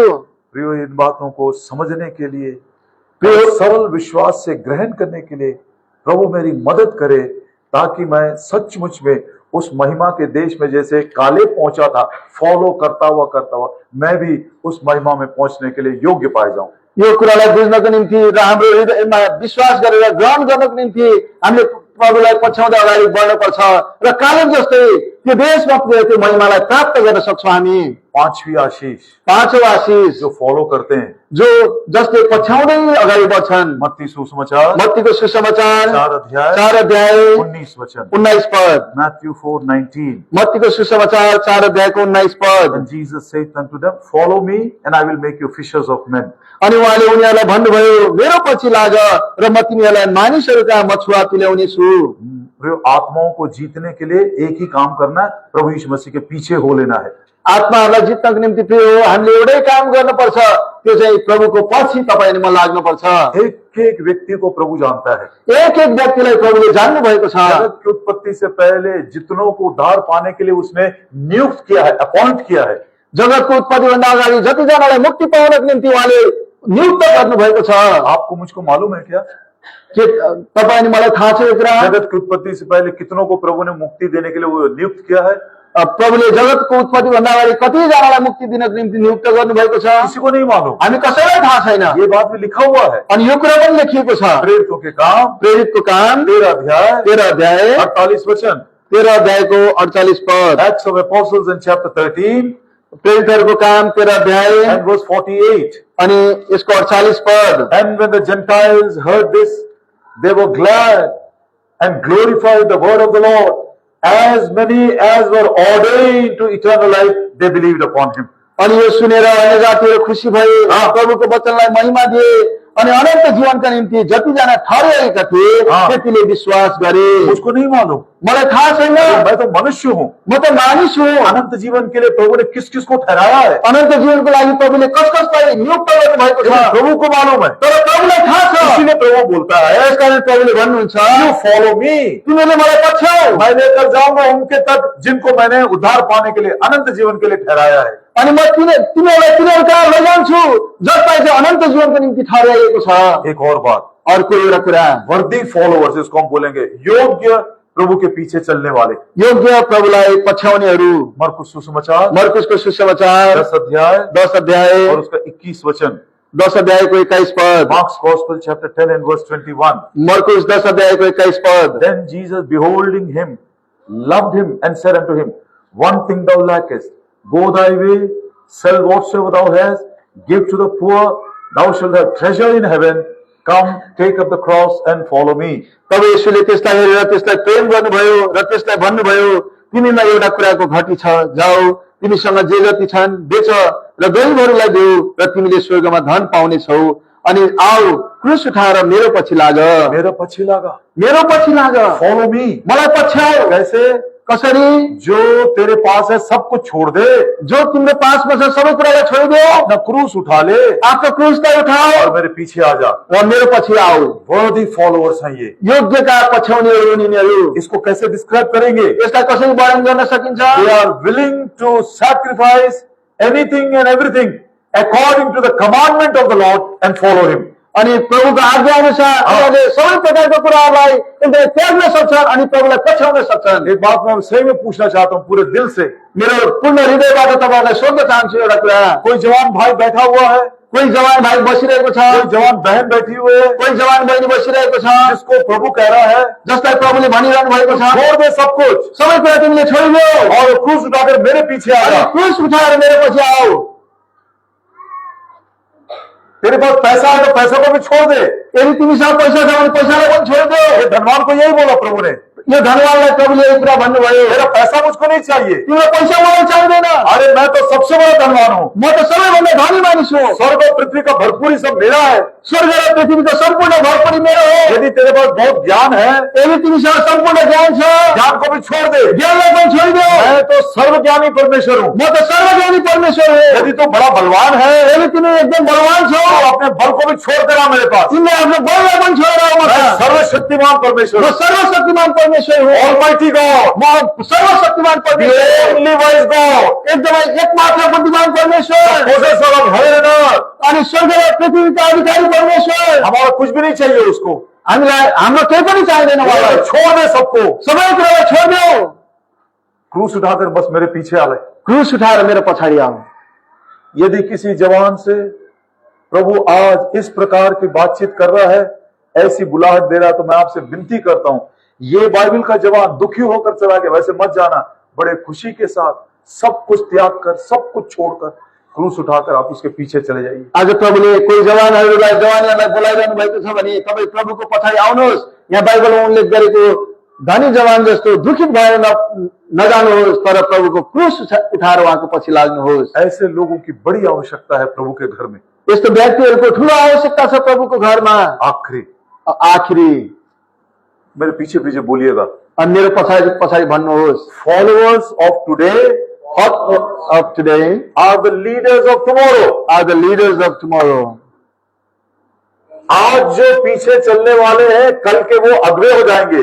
आज जो उहाँको पछि लागिरहेका छन्, उहाँलाई पछ्याइरहेका छन्, भोलिका उनीहरू अगुवाहरू हुन्। यदि आपको लीडर बनना है, यदि तपाईँ अगुवा बन्न चाहनुहुन्छ आज भने फॉलोअर बनना है। आज उहाँलाई पछ्याउनु बन्नुपर्छ। सॉन्ग ऑफ सोलोमन श्रेष्ठ गीतको पुस्तक पहला अध्याय 1 अध्याय उसका 7 और 8। 7 र 8 पद। सॉन्ग ऑफ सोलोमन चैप्टर 1 श्रेष्ठ गीत 1 अध्याय 7 and 8। 7 र 8 पद। Tell me, O thou whom my soul loveth, where thou feedest, where thou makest thy flock to rest at noon, why should I be as one that turneth aside by the flocks of thy companions? हे मेरा प्राण प्रिय, तपाईँ आफ्ना भेडाहरू कहाँ चराउनुहुन्छ, मध्य दिनमा तिनलाई कहाँ सुताउनुहुन्छ, सो मलाई बताउनुहोस्, किनकि म किन तपाईँका साथीहरूका बगालहरूको छेउछाउमा भड्किहिँडु? हाँ, क्यों मैं भटकती रहूं? किन म भड्किहिँड्ने? मैं दोपहर का समय आराम करना चाहती हूँ। म दिउँसोको समयमा आराम गर्न चाहन्छु। ये चरवाहे के टेंट को मालूम है क्या तुझे? अनि यो के अरे गोठालोको तम्बुको बारेमा तपाईँलाई थाहा छ के त? वो पूछ रही है। उसले सोधिरहेको छ। ये दोपहर का समय है, यो त दिउँसोको समय हो। मैं यहाँ वहाँ नहीं भटकना चाहती हूँ। म यताउता भड्किन चाहन्न। मुझको आराम और विश्राम चाहिए। मलाई आराम र विश्राम चाहिएको छ। बता मुझको कहाँ मिलेगा? अनि त्यो आराम मलाई कहाँ मिल्छ त्यो बताउनुहोस्। उसका जवाब मिला। अब उसलाई जवाब मिल्छ 8 वचन में, 8 Padma. If thou know not, O thou fairest among women, go thy way by the footsteps of the flock and feed thy kids beside the shepherd's tents. हे स्त्रीहरूमा परम सुन्दरी, तिमी जान्दैनौ भने भेडा बाख्राका खुरका छापहरू पहिलाउँदै निस्केर जाऊ र गोठालाहरूका पालहरूको छेउछाउमा आफ्ना बाख्राका पाठाहरू चराऊ। किसका खुद निशान है? कसको पश्चिमलाई? भेड़ों का। भेडाको। ये चरवाहा का नहीं है। यो चाहिँ गोठालोको होइन। ये कौन सी भेड़े हैं? यो कुन चाहिँ भेडा हो? चरवाहे के पीछे पीछे चल रही थी अनि त्यो चाहिँ गोठालोको पछाडि पछाडि हिँडिरहेको छ। और चरवाहा उनको लेकर गया।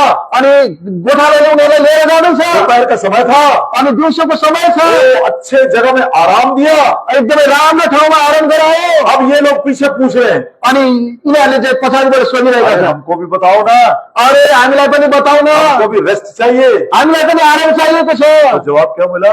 तर तब उत्तर के मिल्यो? भेड़ों के खुरों के निशान जो ना, the footsteps of the flock, अनि त्यो भेडाहरूको जुन पनि पदचिन्ह छ, खुरको चिन्हहरू छ, उस चिन्ह के ऊपर चले जाओ। त्यो चिन्हमाथि, त्यो छापमाथि तिमीहरू हिँड्दै जाओ। ये वही फ्लॉक है जो कल के दिन फॉलोअर्स थे और आज के दिन इन लोगों के लिए लीडर बन गया। अनि त्यो बगाल चाहिँ पहिलाको दिनमा एकदमै पछ्याउनेवाला थियो र आजको दिनमा चाहिँ गोठालो बनेको छ। कल के दिन वो चरवाहे के पीछे पीछे चलते हुए खुरों के निशान को छोड़ कर गए। अनि उनीहरू चाहिँ त्यो गोठालोकोलाई पछ्याउँदै पछ्याउँदै उनीहरूले चाहिँ त्यो खुरको छापहरू छोड्दै गए। और आज के दिन र आजको दिनमा वो उनके पांव चिन्हों पर चलते हुए वो चरवाहे के तक पहुंच गए। अनि आज उनीहरूको त्यो खुरको चिन्हलाई पछ्याउँदै अरूहरू चाहिँ गोठालोसम्म पुगेका छन्। ये विचार मेरे लिए बड़ा प्रोत्साहन देता है। अनि यो विचारले मलाई ठुलो प्रोत्साहन दिँदछ। Only followers can be true leaders. पछ्याउनेहरू मात्र एउटा साँचो अगुवा बन्न सक्छन्। Followers of today are the leaders for tomorrow. आज पछ्याउनेहरू चाहिँ भोलिका अगुवाहरू हुन्। भाई बक्सिंग को किसी ने नहीं देखा। भाईजी भक्त सिंहलाई कसैले देख्नु भएन। बैठे हुए शायद बड़े भाई को छोड़कर, और कोई एक और भाई है, और कोई भाई भक्त देख, बहुत लोगों ने नहीं देखा। धेरैजनाले भाइजी भक्त सिंहलाई देख्नु भएन। जॉर्डन खान भाई को भी नहीं देखे होंगे बहुत सारे। धेरैजनाले जोर्डन खान भाइजीलाई पनि देख्नु भएको छैन होला। ये बड़े बड़े सेवक हैं। ये उहाँहरू चाहिँ एकदमै ठुला ठुला प्रभुका सेवकहरू हुनुहुन्थ्यो। ये जवान पीढ़ी यदि सुनना चाहे, ये जानना चाहते हैं, यदि यो जवान पिँढीले यो कुरालाई जान्न चाहनुहुन्छ भने बताओ भाई हमको भी वो कलीसिया का रहस्य क्या है, कलीसिया का मर्म क्या है, कलीसिया का दर्शन क्या है, जिसको भाई भक्त सिंह ने आपको सिखाया था। अनि मण्डलीको दर्शन, त्यसको मर्म, त्यसको काम के हो, मण्डलीको त्यो ब्रदर बक्सिङ भाइजी भक्त सिंहले सिकाउनु भएको थियो, त्यो बताउनुहोस् भनेर भन्नुभयो भने उनको कौन बताएगा? त्यसलाई कसले बताउने छ? आप और मैं। अनि तपाईहरुलाई मैले बताउने छौ। जो लोग उसकी छाया के नीचे बैठकर उसके वचन को सीखे हैं, जो चाहिँ उहाँको छत्र छायामा बसेर परमेश्वरको वचनलाई हामीले सिक्यौं, जो हमारे अगुओं के पीछे पीछे बड़ी नम्रता के साथ चलते थे, अनि जो चाहिँ हाम्रा अगुवाहरूको पछाडि हामी नम्रतापूर्वक हिँड्दथ्यौं, चल्दथ्यौं, हम ऐसे पद चिन्हों को छोड़कर जाएंगे कि आने वाली पीढ़ी उसके ऊपर चलते हुए चरवाहे के टेंट तक पहुंच जाए। अनि आज हामी त्यो पद चिन्हलाई छोडेर जानेछौँ र त्यो पद चिन्हलाई पछ्याएर अरूहरू पनि आज गोठालासम्म पुग्नेछन्। प्रभु दया करे। प्रभुले दया गरेका हुन्। आई फॉलो, म पछ्याउने छु। I followed with all my heart. मैले पूर्ण हृदयले पछ्याएको छु। ये कालेब की गवाही जो है, यो कालेबको गवाही जुन पनि छ, उसकी नहीं है, यो उसको गवाही होइन। परमेश्वर ने पहले कहा ऐसे। परमेश्वरले यही प्रकारले पहिल्यै भन्नुभयो। नंबर्स गन्ती 14 अध्याय 21, गन्ती 14 को 21 पद। ये गवाही पहले परमेश्वर ने दिया था। अनि यो गवाही चाहिँ पहिला परमेश्वरले दिनुभएको थियो। मेरा दास कालेब जो पूर्ण मन से मेरे पीछे चलता है, मेरो दास कालेब जो पूर्ण मनले मेरो पछि लाग्ने छ। और उसके बाद अनि तत्पश्चात मूसा ने भी ये गवाही दिया। मूसाले पनि यही गवाही दिनुभयो। यहोशुआ यहोशू 14 अध्याय 14 अध्याय उसका 9 वचन। यहोशू 14 को 9। उसके बाद अनि तत्पश्चात जोशुआ भी ये गवाही दिया। यहोशूले पनि यही गवाही दिए। जोशुआ का 14 अध्याय यहोशूको 14 अध्याय 14 वचन। 14 पद। 4 लोग ये गवाही दिए। 4 जनाले यो गवाही दिए। परमेश्वर ने भी गवाही दिया। परमेश्वरले पनि गवाही दिनुभयो। मूसा जैसे लीडर भी गवाही दिया। मूसा जस्तो अगुवाले पनि गवाही दिनुभयो। जोशुआ उसका कोवर्कर है। अनि यहोशू चाहिँ उहाँको सहकर्मी थिए। लीडर से गवाही पाना बड़ा आसान है, अनि अगुवाबाट चाहिँ गवाही पाउन सजिलो छ। क्योंकि लीडर के सामने वैसे ही रहते हैं। अनि किनभने अगुवाको सामु हामी जहिले पनि झुकिरहन्छौँ। लेकिन कोवर्कर से कंपटीशन होता भैया। अनि सहकर्मीसँग चाहिँ एकदम प्रतिस्पर्धा हुन्छ। हम दोनों के बीच में कोवर्कर से मतलब कंपटीशन है अभी। अब सहकर्मी हो भनेदेखि चाहिँ त्यहाँनिर प्रतिस्पर्धा हुन्छ। लेकिन कोवर्कर वो भी बोलता है, Joshua you have followed the Lord whole heart. What a testimony. यहोशू सहकर्मी भएर पनि उसले गवाही दिँदैछ, तिमीले चाहिँ पूर्ण हृदयले प्रभुलाई पछ्यायो। वो खुद अपनी गवाही देता है। अनि ऊ स्वयंले आफ्नो गवाही दिँदैछ। If I follow the Lord, यदि म प्रभुलाई पछ्याउँछु भने I can find the way of salvation. मैले मुक्तिको बाटोलाई पाउँदछु। I can find the way to escape. मैले बाँच्ने बाटोलाई भेटाउँछु। I will go in the way of victory. म विजयको बाटोमा अगाडि बढ्छु। I will go in the way where God has already provided for me. अनि परमेश्वरले अघिबाट प्रबन्ध गर्नुभएको ठाउँमा पुग्छु। If I follow him, I will become a soul winner. यदि मैले उहाँलाई पछ्याउँछु भने म आत्मा जित्ने व्यक्तिहरू बन्छु। If I follow him with my cross, I will be a worthy follower. यदि मैले क्रुसलाई बोकेर हिँड्छु भने म योग्यको पछ्याउने व्यक्ति बन्छु। If I follow him today, tomorrow I will be the leader. यदि आज मैले उहाँलाई पछ्याएँ भने भोलिको दिनमा म अगुवा बन्नेछु। तो पौलुस का ये जो निर्णय है, I follow, पावलको जुन पनि निर्णय छ म पछ्याउने छु भन्ने, यो उससे कितनी बातें हमने सीखा है। त्यो हामीले कति धेरै कुराहरू यो कुराबाट सिकेका छौँ। एक और बात देखकर आज के लिए बंद कर देंगे। एउटा अर्को कुरा हेरेर हामी बन्द गर्नेछौँ आजको लागि। पौलुस बोलता है पावलले भन्छन् उस प्रथम पुनरुत्थान में भाग लेने के लिए त्यो पहिलो पुनरुत्थानमा भाग लिनको निम्ति ना केवल मैं फॉलो करता हूँ, केवल मैले उहाँलाई पछ्याउँदिन मात्र, आई प्रेस टुवर्ड द मार्क, मैं उस निशाने की ओर दबता चला जाता हूँ। म चाहिँ त्यो निशानातिर एकदमै अगाडि बढ्दछु। फिलिपियों की पत्री फिलिपीको पत्र 3 अध्याय 3 अध्याय और उसका 14 वचन। 3 अध्यायको 14 पद। ये जो शब्द इंग्लिश में आया है वो हिंदी में मुझको ठीक से नहीं मिला, अब नेपाली में सुनना चाहते हैं। 3 का 14। ख्रीष्ट येशूमा परमेश्वरको उच्च बोलावटको पुरस्कारको निम्ति म निशानातिर दगुर्छु। निशानातिर टुवर्ड्स द मार्क। क्या कर रहा है? दगुर्छु, रन। मैंने आई प्रेस टुवर्ड द मार्क। हाँ। प्रेस का मतलब क्या मालूम? बड़ी भीड़ है, बड़ी भीड़ है, ठुलो भिड छ। त्यो प्रेस भन्ने शब्द जुन पनि अङ्ग्रेजीमा भीड़ प्रयोग को छ, कैसा भी यहाँ वहां से पार करके जाना, ठुलो भिड भए तापनि त्यसलाई धकल्दै यताउता गर्दै त्यसलाई छिचोलेर अगाडि बढ्नु, ये सीखने वाली बात है। यो चाहिँ सिक्न पर्ने कुरा हो। बहुत ही संक्षिप्त में एकदमै छोटकरीमा इसी से हम सीख सकते हैं how we can grow from faith to faith. एक विश्वास के दर्जे से दूसरे विश्वास के दर्जे तक हम कैसे पहुंच सकते हैं। हामी एउटा विश्वासबाट अर्को विश्वासको दर्जामा कसरी बढ्न सक्छौँ, यो कुरालाई हामी सिक्न सक्छौँ। रोमियो की पत्री रोमीको पत्र 1 अध्याय 17 वचन, रोमी 1:17। Therein is the righteousness of God revealed from faith to faith। किनकि यसैमा विश्वासदेखि विश्वाससम्म परमेश्वरको धार्मिकता प्रकट भएको छ। प्रियो, ये जो आई प्रेस फॉरवर्ड लिखा हुआ है, जहाँनिर म चाहिँ एकदमै छिचोलेर अगाडि बढ्छु भनेर लेखिएको छ, उसका अर्थ है सामान्य रूप से विश्वास के एक दर्जे से लेकर दूसरे दर्जे धीरे धीरे उस अंतिम दशा तक पहुंचना। अनि यसको अर्थ हुन्छ विश्वासको एउटा दर्जाबाट अर्को दर्जामा हुँदै अन्तिमसम्म पुग्नु। ये मैं कोई काल्पनिक बात नहीं है, यो चाहिँ कुनै काल्पनिक कुरा होइन। लेकिन पवित्र शास्त्र में जो हुआ है उसी का उदाहरण हम लेंगे। अनि जुन कुरा पवित्र शास्त्रमा भएको छ त्यही उदाहरणलाई हामी लिनेछौँ। मरकुस सुसमाचार मरकुसको सुसमाचार 5 अध्याय 5 अध्याय उसका 3 वचन हम पढ़ेंगे। 5 अध्यायको 3 पदलाई हामी पढ्नेछौँ। 25, 26 और 27। 25, 26 अनि 27। 25 में लिखा है, 25 मा लेखिएको छ, A certain woman which had an issue of blood 12 years, अनि कुनै स्त्री जसलाई 12 वर्षदेखि रगत बग्ने रोग लागेको थियो, लहू बहता चला जा रहा है।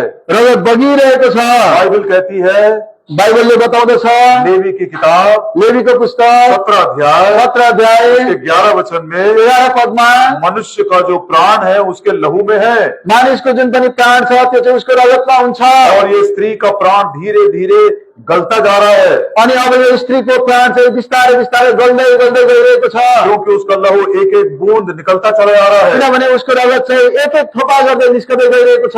समय पर यदि इसका खून बहना बंद नहीं हुआ, यदि समयमा त्यो रगत बग्नको लागि बन्द भएन भने इसको चंगाई नहीं मिली, उसलाई एकदमै चङ्गाई हुँदैन, एक दिन वो मर जाएगी। ऊ एक दिन मर्छ।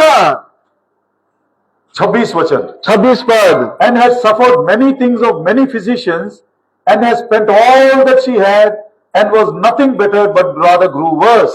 र अनेकौं वैद्यहरूबाट धेरै दुःख भोगेकी थिए अनि आफूसँग भएका सबै कुरा खर्च गरेकी थिए र केही लाभ भएको थिएन, तर झन् खराब भएको थियो। बहुत सारे वैद्यों के पास वो गई है, धेरै वैद्यहरू कहाँ उनी गइन्, लेकिन मनुष्य मदद नहीं कर सका। तर मानिसले मद्दत गर्न सकेन उसलाई। अय्यूब की किताब अय्यूबको पुस्तक 13 अध्याय 13 अध्याय और उसका 4 वचन, अय्यूब 13 अध्यायको 4 पद, the book of Job chapter 13 and verse 4, 13 अध्यायको 4 पद अय्यूब। oh but ye are forgers of lies, physicians of no value। तर तिमीहरू त झुटा कुरा रोक्नेहरू हो, तिमीहरू सबै निकम्मा वैद्यहरू हो। ओ तुम निकम्मे वैद्य हो, तिमीहरू चाहिँ निकम्मा वैद्यहरू हो। मनुष्यों के पास गई वो, मानिसहरूको पासमा गयो हो, वैद्यों के पास गई वो, वैद्यहरू कहाँ गयो हो। लेकिन जहाँ जीवन का संबंध है, तर जहाँ जीवनको सम्बन्ध छ दुनिया में कोई भी वैद्य नहीं है। त्यहाँ कोही पनि वैद्य छैन। आंख ठीक करने वाला आँखा ठिक पार्ने 1 लाख वैद्य हैं, 1 लाख वैद्यहरू छन्। कान में कुछ खराबी आ गई, कानमा कुनै खराबी आयो 10 लाख वैद्य हैं, 10 लाख वैद्यहरू छन्। पेट में कुछ हो गया, पेटमा के भयो लाखों वैद्य हैं, लाखौं वैद्यहरू छन्। लेकिन प्राण को छुड़ाने वाला वैद्य दुनिया में एक भी नहीं है। Physicians of no value. अनि प्राणलाई छुटाउने वाला वैद्य कुनै पनि छैन, वैद्यहरू निकम्मा छन्। इसीलिए धर्म के पीछे मत जाना, यस कारणले गर्दा धर्मको पछि नजानु, कोई पादरी पास्टर के पीछे मत जाना, पादरी पास्टरको पछाडि नजानु। कोई भी मनुष्य मदद नहीं कर सकता। कुनै पनि मानिसले मद्दत गर्न सक्दैनन्। अब उसने क्या की, अब उसले के गर्यो, वैद्यों के पास जब गई वैद्यहरू कहाँ जब गइन्, और जब वो उसको मदद नहीं मिला, जब उसले कुनै सहायता पाइनन्, जितना कुछ उसके पास था सब कुछ उसने खर्च कर दिया, अनि जे जति कुरा उसँग थियो सबै कुरा खर्च गरिदिन्। स्वयं प्रयास कर रही है। अनि आफैले पनि प्रयास गरिरहेकी छिन्। अय्यूब की किताब अय्यूबको पुस्तक 6 अध्याय 6 अध्याय उसका 13 वचन, 6 अध्यायको 13 पद, Job chapter 6 and verse 13, अय्यूब 6 अध्यायको 13 पद, he is not my help in me, mama मेरो कुनै सहायता छैन, क्या मैं अपनी मदद नहीं कर सकता? के म आफ्नो मद्दत गर्न सक्दिन, नहीं कर सकता तो तिमीले सक्दैनौ, मनुष्य भी नहीं कर सकता, मानिसले पनि गर्न सक्दैनौ, तू अपनी मदद नहीं कर सकता। तिमीले आफ्नो सायद आफूलाई गर्न सक्दैनौ। क्या उपाय है फिर इसका? अब के उपाय छ त इसको यसको? चंगाई कैसे मिलेगी? अब चङ्गाई कसरी पाउँछ उसले? इसका प्राण कैसे बचेगा? उसको प्राण कसरी बाँच्छ? उसने तब सुना।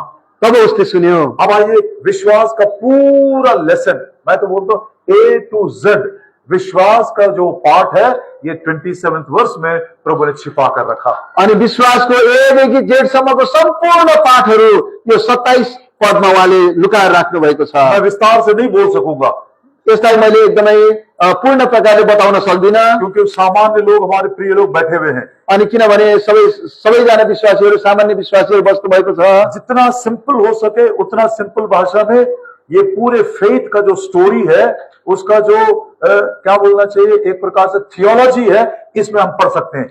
अनि यो विश्वासको जुन पनि ईश्वर शास्त्र छ, यसलाई चाहिँ हामी यहाँनिर पढ्न पाउँछौँ सरलतामा। 27 वचन। 27 पद। When she heard of Jesus, came in the press behind and touched his garment.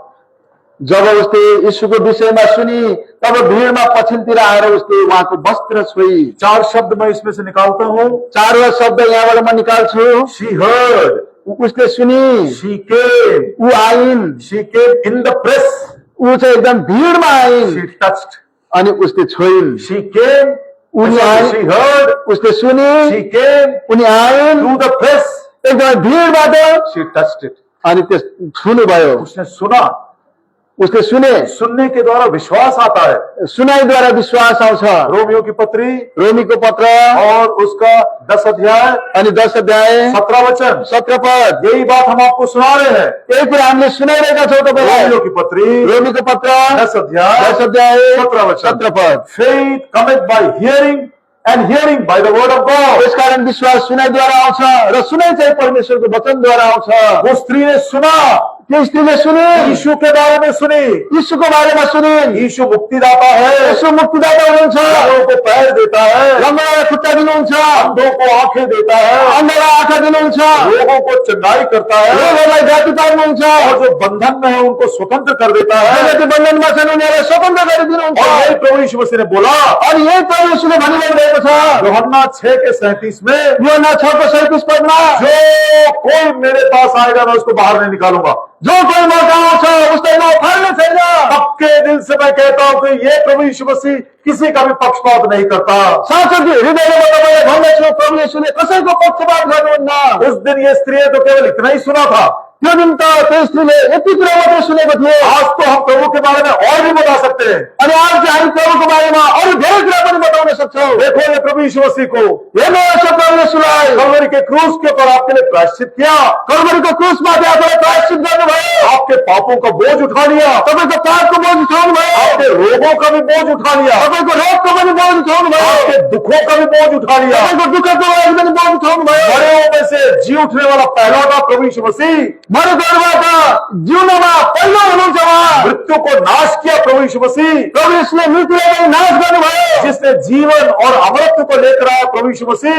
अनि प्रभु यीशुले जीवन र अमरत्वलाई लिएर आउनुभयो। ये सुसमाचार उस स्त्री ने जब सुना, शी हर्ड ऑफ जीसस, अनि जब यो सुसमाचार त्यो स्त्रीले सुनिन्, एक जीवित विश्वास, लिविंग फेथ उसके अंदर उत्पन्न हुआ। एउटा जीवित विश्वास उभित्र उत्पन्न भयो। उठकर खड़ी हो गई एकदमै उठिन्, और चलने लगी। अब हिँड्न थालिन्। सेकंड स्टेप, दोस्रो चरण, शी केम।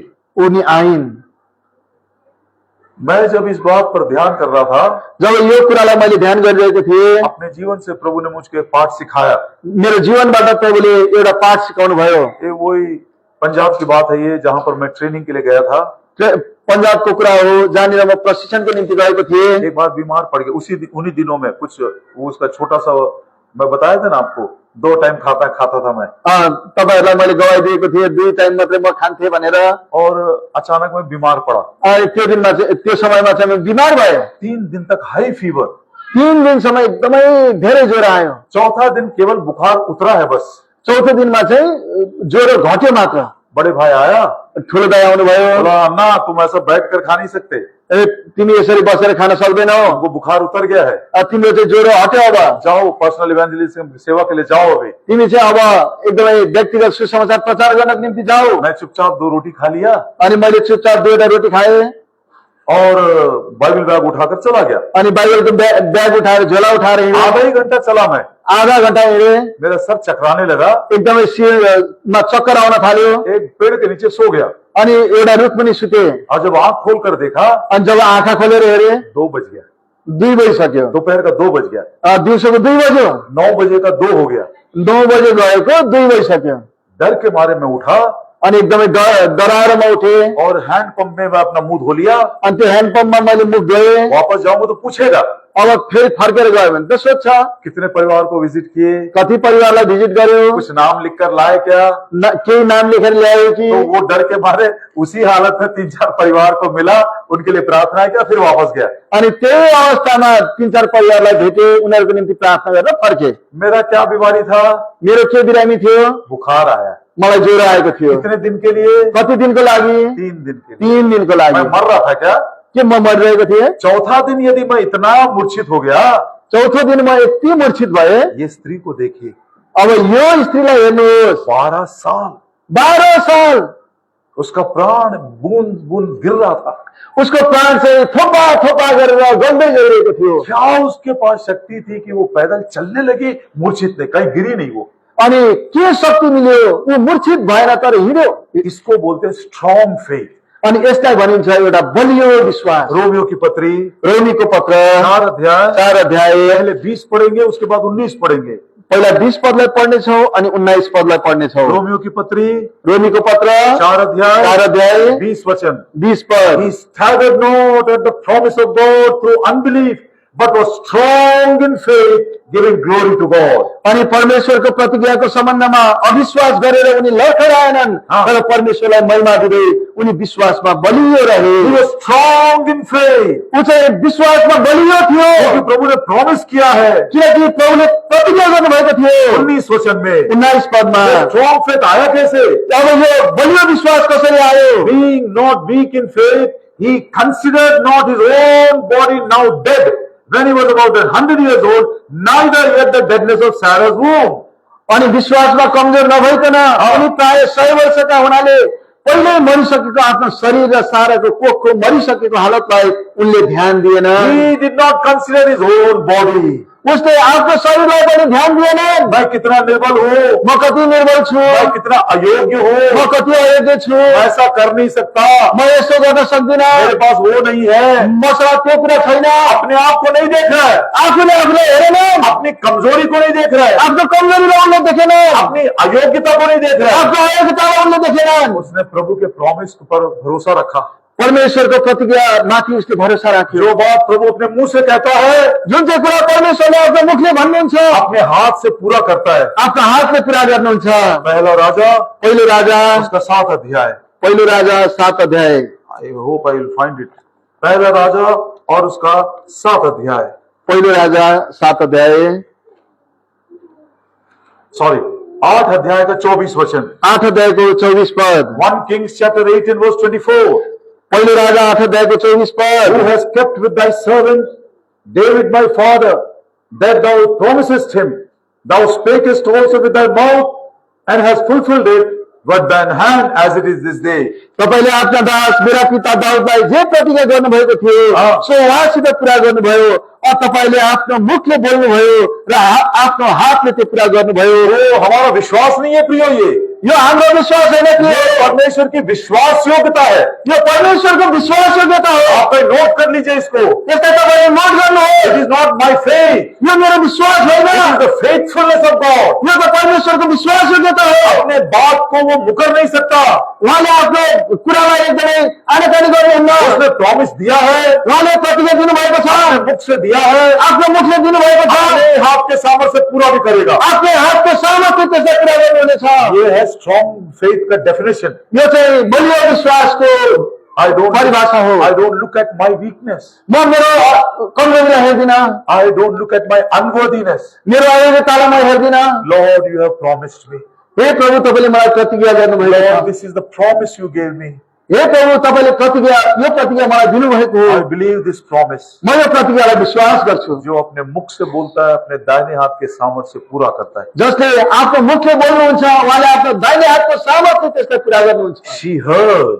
उसले सुनिन्, living faith. त्यो चाहिँ जिउँदो विश्वास हो। She came, ऊ आइन्, strong faith. त्यो बलियो विश्वास हो। She pressed on. ऊ चाहिँ एकदमै छिचोलेर अगाडि बढिन्, भीड़ को पार करके गई। त्यो भिडलाई पार गरेर अगाडि बढिन्। दो उदाहरण देखने से हम इसको समझ सकते हैं। दुईवटा उदाहरणहरू हामीले हेऱ्यौँ भने यसलाई बुझ्न सक्छौँ। लूका सुसमाचार लुकाको सुसमाचार 19 अध्याय, 19 अध्याय, लूका सुसमाचार का 19 अध्याय, लुका सुसमाचार 19 अध्याय, उसका 3रा वचन। यसको 3 पद। And he sought to see Jesus who he was and could not for the press because he was little of stature. अनि उहाँ को हुनुहुँदो रहेछ भने तिनले यसुलाई हेर्न खोजिरहेका थिए, तर भिडले गर्दा तिनले सकेनन् किनकि तिनी पुर्खा थिए। जक्कई प्रभु यीशु को देखना चाहता था, जक्कईले प्रभु येशूलाई हेर्न चाहन्थे, देख नहीं सका। हेर्न सकेनन्। कोई भी आंसर दीजिए, कारण क्या, क्यों नहीं देख सका? किन देख्न सकेनन् भन्नुहोस् त। अचानक हम बोलते हैं वो नाता था इसलिए नहीं देख सका, अनि हामी भन्छौँ ऊ पुर्खो थियो त्यही भएर, लेकिन बाइबल में लिखा है तर बाइबलमा भनेको छ भीड़ के कारण वो देख नहीं सका। भिडको कारणले गर्दा देख्न सकेनन्। आप सोचिए, एक जक्कई जो पेड़ पर चढ़ सकता है, इतना बलवान है वो, यति बलवान छ, एउटा जक्कई जो रुखमाथि चढ्न सक्छ, लेकिन भीड़ को पार नहीं किया। तर भिडलाई पार गरेनन् उसले। एक और उदाहरण, अर्को उदाहरण हेरौँ। लूका सुसमाचार लुकाको सुसमाचार 8 अध्याय 8 अध्याय और उसका 19 वचन। 8 अध्यायको 19 पद। Luke chapter 18 verse 19. लुका 8 अध्यायको 19 पद। Then came to him his mother and his brethren and could not at him because of the press. तब उहाँकी आमा र उहाँका भाइहरू उहाँ कहाँ आए र भिडको कारणले उहाँको छेउमा आउन सकेनन्। प्रभु यीशु मसीह का एज उस समय कम से कम 31 होगा। त्यति बेला प्रभु येशूको उमेर 31 वर्षको भएको थियो होला। 4 छोटे भाई हैं उसके। 4 जना सानो भाइहरू थिए। ऐसा बोल सकते हैं, अनि हामी यसो भन्न सक्छौँ, एक का एज 28 होगा, एकजनाको उमेर 28 वर्ष, एक का एज 26 होगा, अर्कोको 26, एक का एज 25 होगा, अर्कोको 25 वर्ष। 25, 26, 27 वाले जवान कैसा रहते हैं? 25, 26, 27 को जवान कस्तो हुन्छ? और वो भी 4-4 हैं। अनि 4-4 जना छ। प्रभु यीशु मसीह को देखना चाहते हैं, प्रभु येशूलाई हेर्न चाहन्छ, नहीं देख सके। तर पनि देख्न सकेन। कारण क्या है? कारण के हो? भीड़ के कारण नहीं देख सके। भिडको कारणले गर्दा देख्न सकेन। ऐसे हट्टे कट्टे जवान यस्तो हट्टा कट्टा जवान भीड़ को पार नहीं कर सके। भिडलाई पार गर्न सकेन। ये स्त्री जब मर रही थी, अब यो स्त्री जो मर्दै थिए, 12 साल से इसका प्राण जा रहा है, 12 सालबाट उसको प्राण जाँदैछ, उसने भीड़ को पार कर ली। उसले भिडलाई पार गर्यो। कभी सोचा आपने ये कैसे हो सकता है? तपाईले कहिले सोच्नु भएको छ यो कसरी भयो होला? इसी को बोलते हैं जयवंत विश्वास, ओवरकमिंग फेथ। यसैलाई भनिन्छ जयवन्त विश्वास। पहला यूहन्ना पहिले यूहन्ना 5 अध्याय 5 अध्याय और उसका 4 वचन। पहिले यूहन्ना 5 अध्यायको 4 पद। पहला यूहन्ना पहिले यूहन्ना 5 अध्याय 5 अध्याय 4 वचन। 4 पद। Whatsoever is born of God overcometh the world, and this is the victory that overcometh the world, even our faith. किनकि परमेश्वरबाट जन्मेको हरेकले संसारमाथि जय प्राप्त गर्छ, अनि हाम्रो विश्वास नै यो विजय हो जसले संसारमाथि जय प्राप्त गर्छ। ये जयवंत वो जयवंत करने वाला विश्वास है। यो चाहिँ जयवन्त गर्नेवाला विश्वास हो। स्त्री ने क्या की? अब यो स्त्रीले के गरिन्? ये भीड़ को नहीं देख रही है, उसले भिडलाई हेरेको छैन। वो भीड़ को यदि देखती तो शायद रुक जाती। यदि भिडलाई देखेको भए ऊ रोकिन्थ्यो होला। पतरस के साथ ऐसा काम हुआ। पत्रुसको साथमा यस्तो काम भयो। जब तक उसकी आंखें प्रभु पर थी, जबसम्म प्रभु प्रति उसको आँखा थियो। Can you imagine, he was walking on water. के तपाईले कल्पना गर्न सक्नुहुन्छ ऊ पानीमाथि हिँडिरहेको थियो। जिस समय उसने उस लहरों को देखा, जब उसले त्यो लहरहरूलाई समुद्रको छालहरूलाई देख्यो, तो डूबने लगा। ऊ तुरुन्तै डुब्न थाल्यो।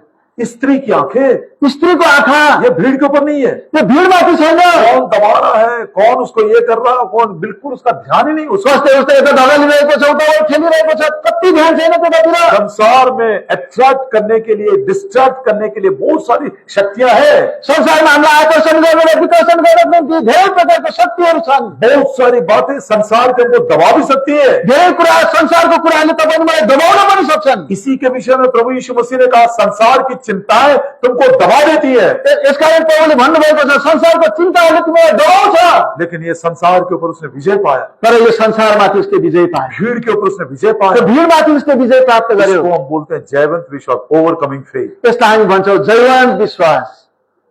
शी हर्ड उसले सुनिन्, लिविंग फेथ। त्यो जिउँदो विश्वास हो। शी केम उनी आइन्, स्ट्रॉन्ग फेथ, यो बलियो विश्वास हो।